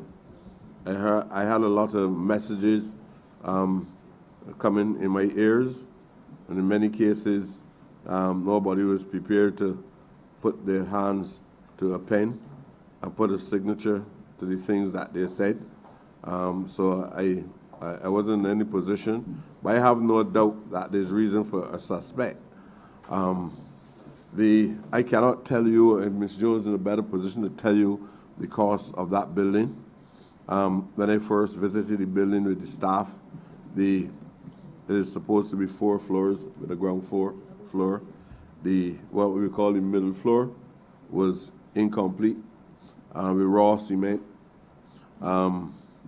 The sides were unpainted, the roof. There was no electricity. There was no signs of plumbing. It was one large open space with not even a pillar, like the ones that we are observing here. So there was no pillars, anything like that. When I asked why, they told me that initially the discussions was about 4 floors, and then a suggestion was made that it should go to 5 floors, and then the justification for the 5th floor was that they would be able to bring in some extra revenue from that floor to help offset costs. I heard so much different forms of narratives. Many lines of poetry was coming to me from persons who were very, very concerned about what is going on there. Since then, I visited the building again. We initially were thinking about if it was possible for us. The way how the structure is a strange building. I think that if the electricity is off one day, it is equivalent to what you would get at the Purity Bakery, the baked bread. And there would be, the heat would be extremely intensive in there, might even cause internal combustion. When I went there on the last occasion, I started to see in the roof and under the covers in the recreation section, I started to see a lot of, what do they call that, fungus? Yeah, a lot of mold in that section of it. We had interest, in order to take the burden off the state, we were engaged in discussions with other persons with the understanding that they would either complete what had to be completed or they would take over the building on some leasehold arrangement. I have not had any word in recent times on that arrangement as well. I'm now thinking of how I can salvage all that has been put there and at least put it to some useful purpose. So I am discussing these matters with the sanitation, the chairman, the board, and I'm also trying to put putting the matter before the cabinet of Barbados on what is the next step that ought to be made. I believe that we can probably occupy two of the floors and work, but then I have to also, and you can see how my senior officer is looking at me, and I believe the expression which she has will show you there's a challenge here. It is very difficult for me to ask the workers to go in there unless I could give absolute assurance that there's no harm that likely to be done. I am responsible for the Ministry of the Environment. I have a department called the EPD. The EPD is responsible for testing indoor air quality, not only the water in the South Coast and on the West Coast, but they also test the ventilation within these buildings and to see a building before it is even born can be condemned as a sick building. So, Minister, is a matter that is unsolved. What I can ask the officer, the senior officer, to tell us approximately what is the value of that building, what sort of money, and other things of that nature. Well, the investigation is beyond me, and it looks as though the investigation is beyond the Barbados Police Force. So the reality is that we might have to look for international support so that we can get to the root of some of these issues. We have indicated to the general public, and what we said to the general public was the truth. But sometimes we know, you know that people did something, all sense of reason tells you, yes, this is the culprit, but you're not in a position to go any further than that, because the information, the evidence that is available is not solid enough. And the government don't want to be in a position that if we move and we find ourselves not being able to follow through successfully, that on top of all that we know and we believe, then we have to top up the rewards of that unwholesome behavior that led the person to be standing in the dock and then walking out with a result of not being guilty, when all the entire world believe that he's equivalent to Satan. So that's where we are at present. The building, the admin building as it is called, was a public sector, private sector partnership. It's a bolt arrangement, and the cost was 28 million Barbados dollars. It's 5 floors, glass, the windows cannot be opened, and there are some floors where there are no windows, so it's an environmental challenge. I visited that building last year, and I just went in through the door, and the time I came back out, I had no voice. I was sneezing, and I just visited for 10 minutes. It's a very environmental hazard. Yeah. The floors have carpet tiles, so they have to be removed before anybody can go in. And as Minister said, there's an unfinished floor. So once that floor is being completed, officers cannot be in the building because it's all air conditioned, so all of the concrete sinks, the dust and everything will come down, and the windows can't be opened on the occupants. So that is it.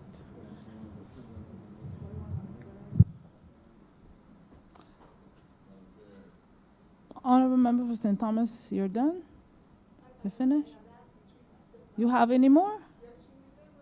Of course. Kerry.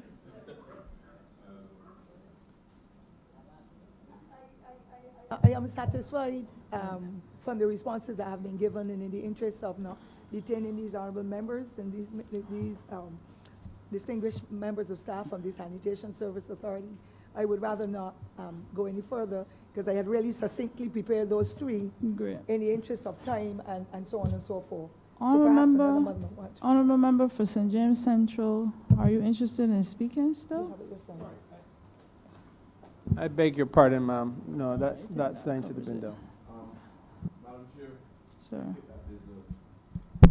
know that we have a few minutes left.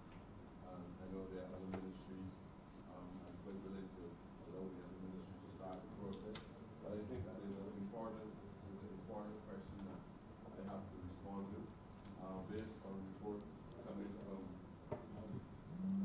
Based on the reports, Madam, coming from the Met Office, the Met Office indicated to the whole country that this season is likely to be one of the most severe dry seasons in the history of Barbados. I inflate that a little. Obviously, people believe that water is so sacred that trees cannot grow without water. The ministry is exploring avenues to make sure that we can provide water for those trees. I would invite one of the officers to come and speak to how we would use or reuse water in order to continue to irrigate the land space at the Botanical Gardens and in different strategic places across Barbados, because I think that answer is necessary. And I think that the other thing is how could we have what kind of plants, because based on my discussions as a neophyte with the officers within the ministry, Mr. Jones and Dr. Braffett and others, and Mr. Marshall, they told me that there are plants that they are tolerant to climate of that nature, and they will give us some idea what type of plants, if we are in a dry season, that we can plant in the gardens in the interim period until we get out of this state, and approximately how long the dry season is expected to continue. Mr. Jones?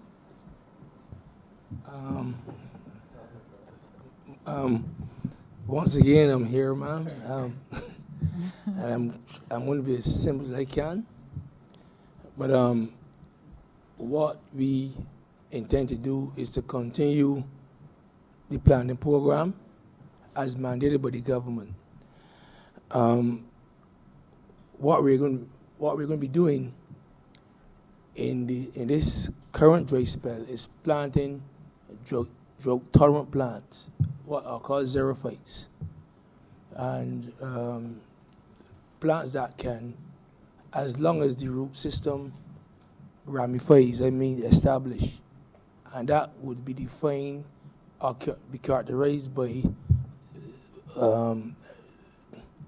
vegetative growth, like leaves. So if you get early leaves, then you know the roots would have already been established. And we have seen that in St. Lucie. We have had a very low mortality rate in St. Lucie so far, because we know what we are doing. And the program will progress by planting along the coastal habitats, littoral areas, so that we can't follow the regular parish-to-parish program, but we will continue the planting in areas where, and with plants, so we know where to place the plants, where we're placing them, and how they develop within the soil body. Because each plant would require, for survival, I want to make it something called a fungi, called a mycorrhizae, to expand the root system. And as long as we can do that, we can continue planning program. So we are not stopping at this point in time. We are short in funds, more or less, and other resources. But I just want to say that the planting program, not only at Botanic Gardens, but across the entire Barbados will continue, and we will continue to build capacity in our nurseries. We are using, as I said before, we are using, we are looking at this planning program for longevity. So what we're going to be doing is using seed plants, seedlings, because they have a mother and a father. Their seedlings are not plants. And that allows the plant to be more resistant because it has all 46, and you're a medical practitioner, all 46 genes. So, and I don't want to go into details again for you to tell me that you don't understand what I'm saying. But we are, as I said, we are pursuing the program, and we are doing everything possible. Even though we are using cuttings and we're using other forms of clones in the program, our primary focus will be on using seedlings for longevity and resistance and resilience as we go along, because we expect these plants to be here for several hundred years, and to address the issue of carbon sequestration and other issues that we anticipate. Now, for quick production, we will be using some form of clones like cuttings. But just remember, a cutting or a clone maintains the same physiological age as the parent. So if the parent that you take that plant from is 200 years, that is 200 years too. So if the parent already dead, they're dead too. Okay? So we are conscious of what we are doing, and we will continue to follow what is necessary to ensure that this whole planting program, the whole botanical program, and the entire Island-wide program becomes a success. So I don't want to I don't want to say anything more that may cause discomfort. Thank you very much. You're quite welcome. Madam Chair, I would probably, with your approval, I would probably try to wrap up. And before you do, I cannot leave this chair unless I answer something I just got. I'm asking you to be reminded of the possibility of renaming the Three Houses Park after Miss Florence Dash. That's all. Madam Chair, I give you the assurance, and my word is my bond. I will never misrepresent my commitment. I told you that. Yes, you did. And trust me, the appropriate time.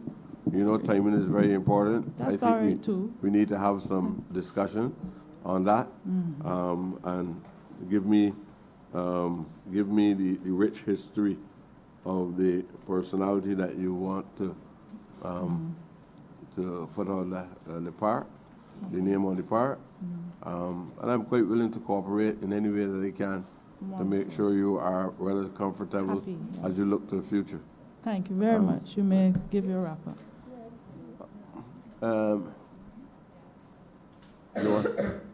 Minister? Yeah. Oh, sorry. Honourable member for St. Michael Southeast wants to say. If I may, Honourable Minister, I wouldn't, it would be remiss of me if I allowed you to leave this chamber this afternoon without just a few brief comments. I want to first of all commend you as well as your team for the work that we have seen done since you have taken office. On behalf of certainly the constituents of St. Michael Southeast, it certainly blesses my heart to see the transformation that has started to take place across the community. One former member said that the place was stink. I would have to say Barbados generally, and certainly St. Michael Southeast, was nasty, as Bajans would say. And in the last few weeks and months, we have seen a transformation across the country, community by community, of the efforts being made by ordinary Barbadians in various communities to be able to clean particular spaces that had that over the years had been allowed to just run into disarray. And for that, I really want to say thank you to you and certainly to the wider government for that initiative. I think we all recognize as a cabinet the trajectory on which we were on, and as a tourist destination, but also first and foremost being proud lovers of Barbados, I think it was important that we sent the message that we needed to reclaim this country and that what we were seeing could not continue. However, one of my concerns, however, is that while we are engaging persons in communities to be able to clear bush, there has to be a plan or a coordinated effort to also plant the trees in collaboration with the Regathering 1 Million Trees exercise. And I would want that or hope that apart from cleaning, that effort is perhaps accelerated with the appropriate technical expertise in terms of what types of trees should be being planted. Because I think while we appreciate that if there are more resources, we will no doubt have more persons being able to be engaged. Equally, I think we have to make the most of the persons that we have presently engaged and be able to roll out in a systematic way the planting of trees while those persons are on the job. So I wouldn't want that the program came, for instance, to an end in March and we haven't started the process of clearing and planting as well. So that's the first thing. In terms of preventative maintenance, and for me in the Ministry of Education, that is always the buzzword. I think it applies to several other ministries, and I would hope that in these estimates, account has also been taken of preventative maintenance programs across communities as well. There's no point clearing an area and then waiting, 3 months later, you're going to see the overgrowth of bush yet again. So just as we are having to do in the Ministry of Education, I think that is the direction that all ministries must go, and certainly your ministry is no exception. We have worked closely together in relation to our schools, because while your focus may predominantly have been on more the communities, really I think we've come to realize in the last few months that the communities really also include our school environment, and that we have a responsibility to incorporate a comprehensive cleaning program around the school community as well, because there's a direct impact on community and student life as well. And I would hope that going forward that preventative maintenance program would take into account areas, for instance, where there is cowage, which we know pretty much where the areas are, but with a coordinated effort with the Ministry of Education and certainly Ministry of Health, that we would see a more intense program where we don't wait until things happen, but together we're able to identify those trouble spots and certainly put the necessary mechanisms in place. I know that you have had some challenges with landowners who have allowed the properties to be overgrown with bush, because it's not always government that is responsible for the leaving lands to just be abandoned and to have the overgrowth of bush and in turn the rodents. But I think that there needs to be more aggression in terms of going after landowners who have allowed their lands to basically become overgrown with the bush, in order to prevent, obviously, in my situation in particular, having to close schools because there are rodents on the perimeter of school premises. We spend a lot on education, and I think that when we fail to do one thing in one area, it has a direct impact on the education system. So if we can address those concerns, I know certainly that we would be able to deal with the issue of constant closures in relation to rodent infestation. And therefore, if we can have that preventative type of maintenance program in place, particularly in areas that surround communities, but also that surround schools, I think that would help. And just finally, the other issue for me would be the issue of persons who are spray painting, persons who are even allowing fumes from the smoke. Because there are a lot of people who are burning stuff in communities. We've had a number of closures as a result of fires in communities, persons burning stuff or just burning fields. And I think, as the Honourable Member for St. Thomas indicated earlier, we may need to move to a system not just of surveillance by cameras, but perhaps some kind of hotline where persons can call in anonymously and indicate to the ministry what is happening in various communities. And then perhaps, yes, we will tighten the legislation, but I think the first point of reference must be that people must feel comfortable that they can, just as they do with the police, that they can contact the department with a view to indicating that they are aware of illegal dumping or they're aware of persons who are engaging in these types of activities. Because it does cost us substantial sums of monies to close businesses, to close schools on a weekly and a monthly basis. And I think the approach, the coordinated approach of ministries is now needed more than ever. So I would want that you would take into account a number of those initiatives in the hope that we can basically close the gap on a lot of the illegal dumping and a lot of the closures that we're seeing across the school system.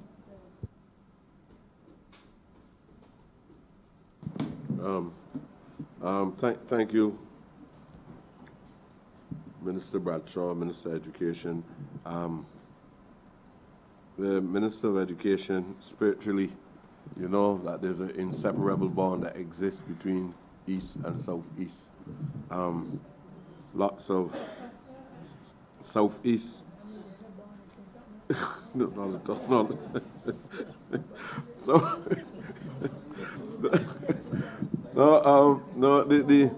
there is a, I glance at Animal Farm. And some people are more equal than some.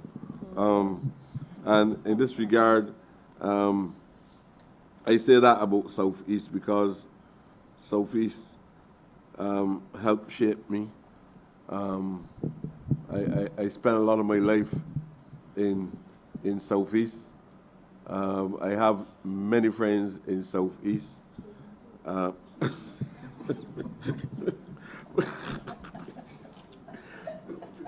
That's a side. That's a side of the distraction.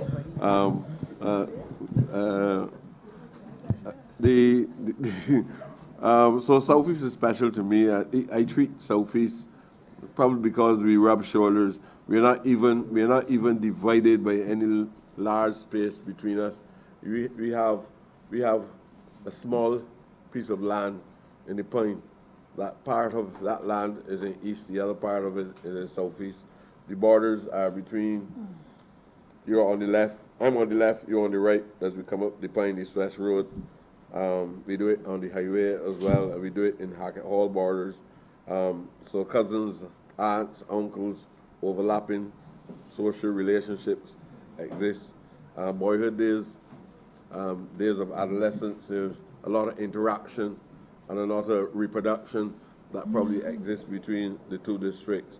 So there's no way that I would separate my ties from Southeast. And Minister, whenever you call, I try to get over to Southeast and work along with you, walk through the community, and we talk with the people in the community. I have very, very good friends out there, as I indicated to you. We're not going to let you down. So that you can count on me. The courage problem which you have at the schools there is a major issue. That in itself is an alien invasive species. The courage itself, very much like the river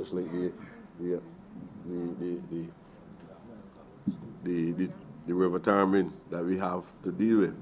And one of the problems that we face sometimes is how to get rid of the courage. And lots of heads put bandied around how we would deal with it. Because you move it from one district, clean off the surface of the land. You have to take off some of the soil sometimes. The fire services say burning it, they're saying that burning it is not the best thing to do, that the nature of the seeds is such that when you burn the courage, as soon as everything is settled, the courage comes back up on the same location again. And so we have to be scraping off the topsoil on a regular basis. What we've been doing in recent times is opening up a cavity in the land and putting the courage in it. But then again, we're still moving off the topsoil. It is true.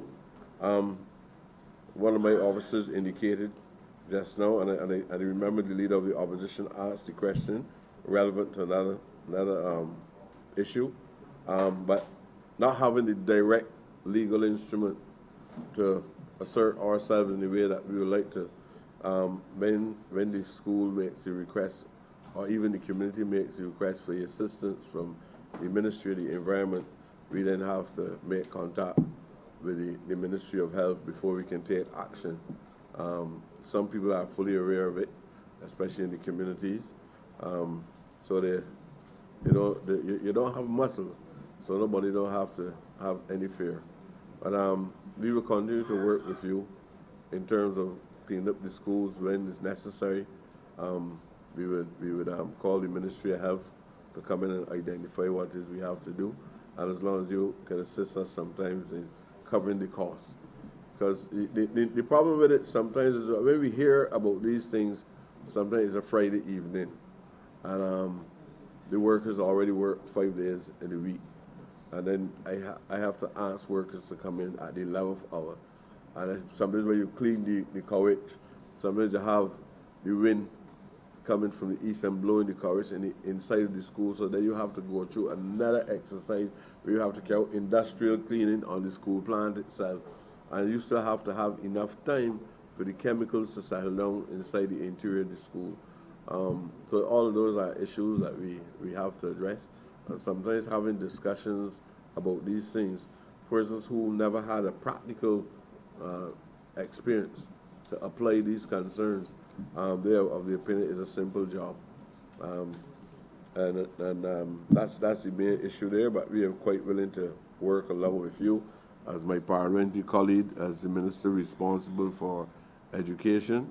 We work along with you to try to see how we can eradicate the problems related to courage. I don't know if there's any other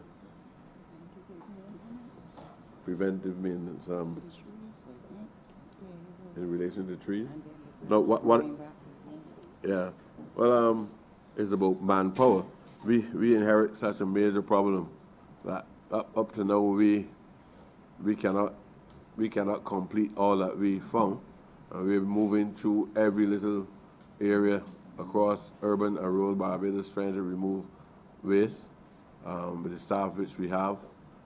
After you remove the waste, green waste, you have to get it carried away. By the time you finish there now, I don't know if there's a special time in history again, but when you look back, you see grass growing again. So while we would like to put a preventative program in place, we'll try as much as possible to see how we can get that done. But it is about manpower versus 24 hours a day at time. But we'll try and do our best for you. One of the issues of I don't know if there's anybody else, but one of the issues I think that we ought to deal with as well is we're now discussing it, so I don't want to say that we have already arrived at a decision on it, but we're looking, especially in the Botanical Gardens and in some of the other locations, to see how we can reuse water, wastewater, how we can reuse wastewater. The reality is that all water is reused water. And while some of us have the psychological comforts of water being fresh, realists, you don't even have to be no scientist, but realists know that this thing about water being fresh is just a fantasy. Water goes through the system, especially in a country that's full of porous soil. And we know that water goes into the aquifer and the water comes back up again. And you drink the water and you urinate and you do other things, and the water go back into the wells, back down inside the aquifer and it comes around again. So that's one of the most realistic forms of recycling that exists in Barbados. But we can put it to use without causing any major reduction in the availability of water. And we can irrigate the plants in the botanical garden and in some of the other areas. We wouldn't use the water that has been purified, which is what we call potable water. We're not going to use that. But wastewater, we're looking at wastewater coming from laundries, looking at wastewater, not wastewater in the circumstances, but rainwater coming from the roofs of buildings, and see if we can trap the water into tanks. In relation to the botanical gardens, the ideas are still being shared among those with the authority to make a reasonable assessment on if we are on the right track or not. Those are the people with a background in the science, environmental science, and other scientists. We're looking at running lines from places like Commonmere, running lines from the National Stadium, running lines from the NCC, and probably my layman view is putting that water into some tanking system, catching the water at a specific point, and that water can be used then to water the plants in the gardens during the interim period, and we can continue even beyond that.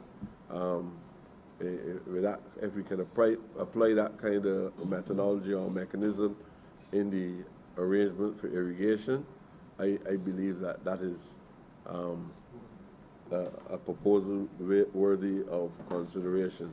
But I would not really say that is what we are going to do until I have a strong consensus from the persons who will help me to make the final decision, so that we can address the issue of the lack of water.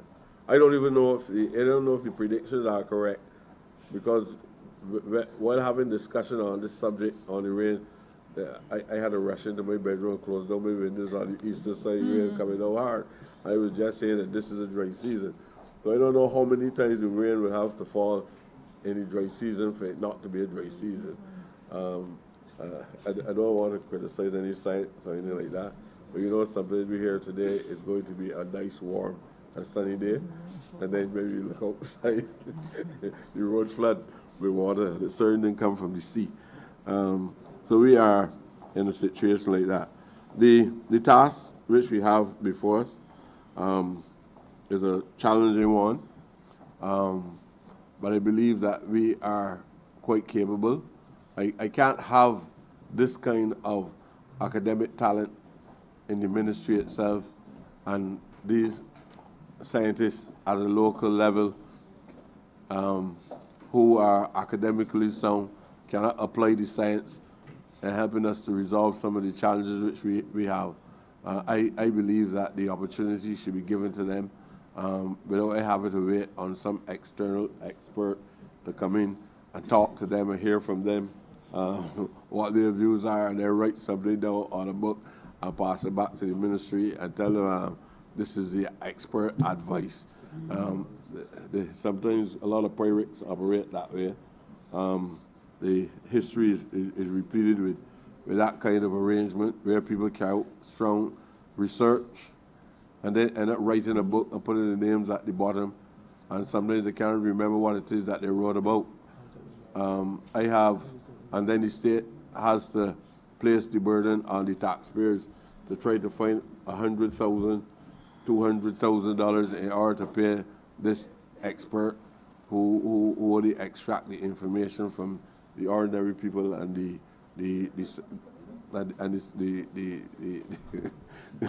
not all, but most of them. So I believe that we can achieve what we want to achieve. I believe that we can find new means, new approaches. I have no doubt. Maybe we're discussing reuse of water. Maybe we're discussing issues in relation to the separation of waste at source. Things that I never thought about. I heard coming from the officers.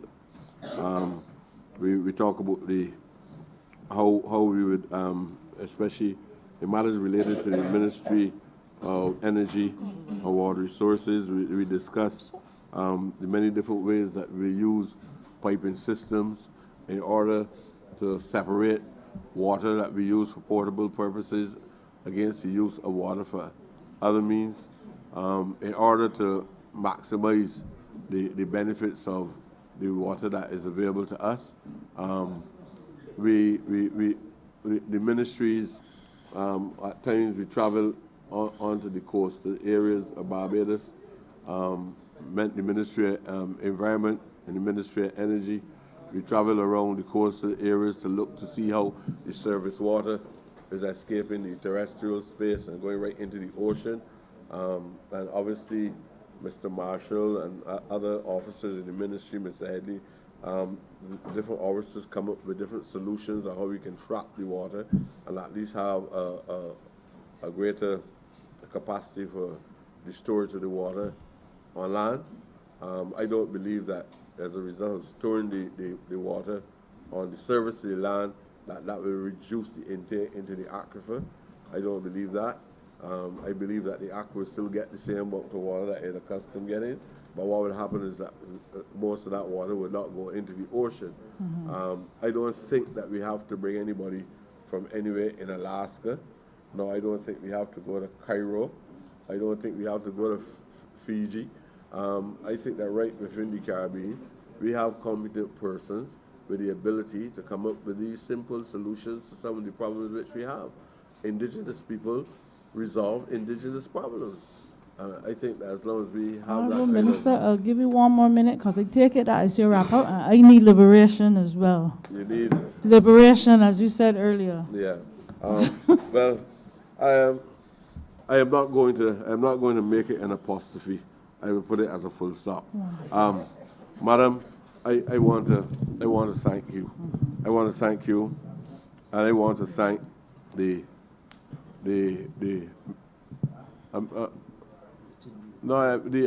now recognize that the leader of the opposition would like to, and I would not like to deprive him of the opportunity to speak.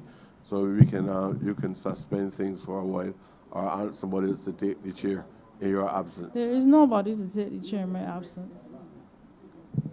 Well, we can. I am scared to take a break and come back. So you I would depend on the leader of government business, because we need to move on to the. I don't want the leader, Minister, Madam Chair. I will hope that the leader of government business would be accommodating in the circumstances. Exactly. And there's nothing wrong with that. I think it could be accommodating, because I think that we were quite capable of going straight to 6 o'clock. We are quite capable of going to 6 o'clock, but I am willing to. I'm asking you. It's a form of what do you call it? Litigation. I'm asking you for your mercy in the circumstances. Madam The Chair. thing is, we have another head coming. We suspend. Okay, Allow the let all the members leader of to the. say my Madam goodness. Chair, I beg to move that you do not report to His Honor the Speaker progress and ask leave to sit again. I would not want the Honorable Leader of the Opposition to accuse me or this government of denying him or depriving him of the opportunity to so speak. So I think we can take a short adjournment when the Speaker comes. Thank you.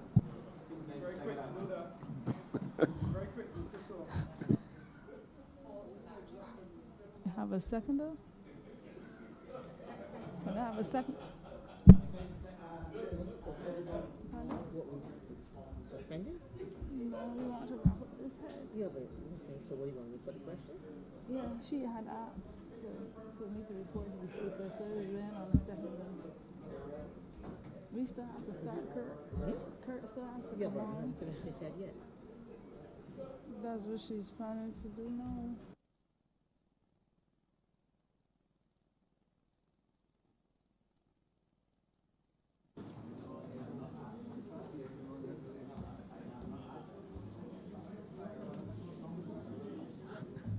Yeah, do it. Yeah, you know. The chairman of committees has reported progress and request leave to sit again. Honorable Leader of Government Business. Thank you, Mr. Speaker. I beg to move the suspension of the sitting until 5:30 p.m. The question is that this honorable chamber be suspended until 5:30 p.m. All those honorable members in favor, please say aye. Those against, please say no. Me think the ayes have it. This honorable chamber stands suspended until 5:30.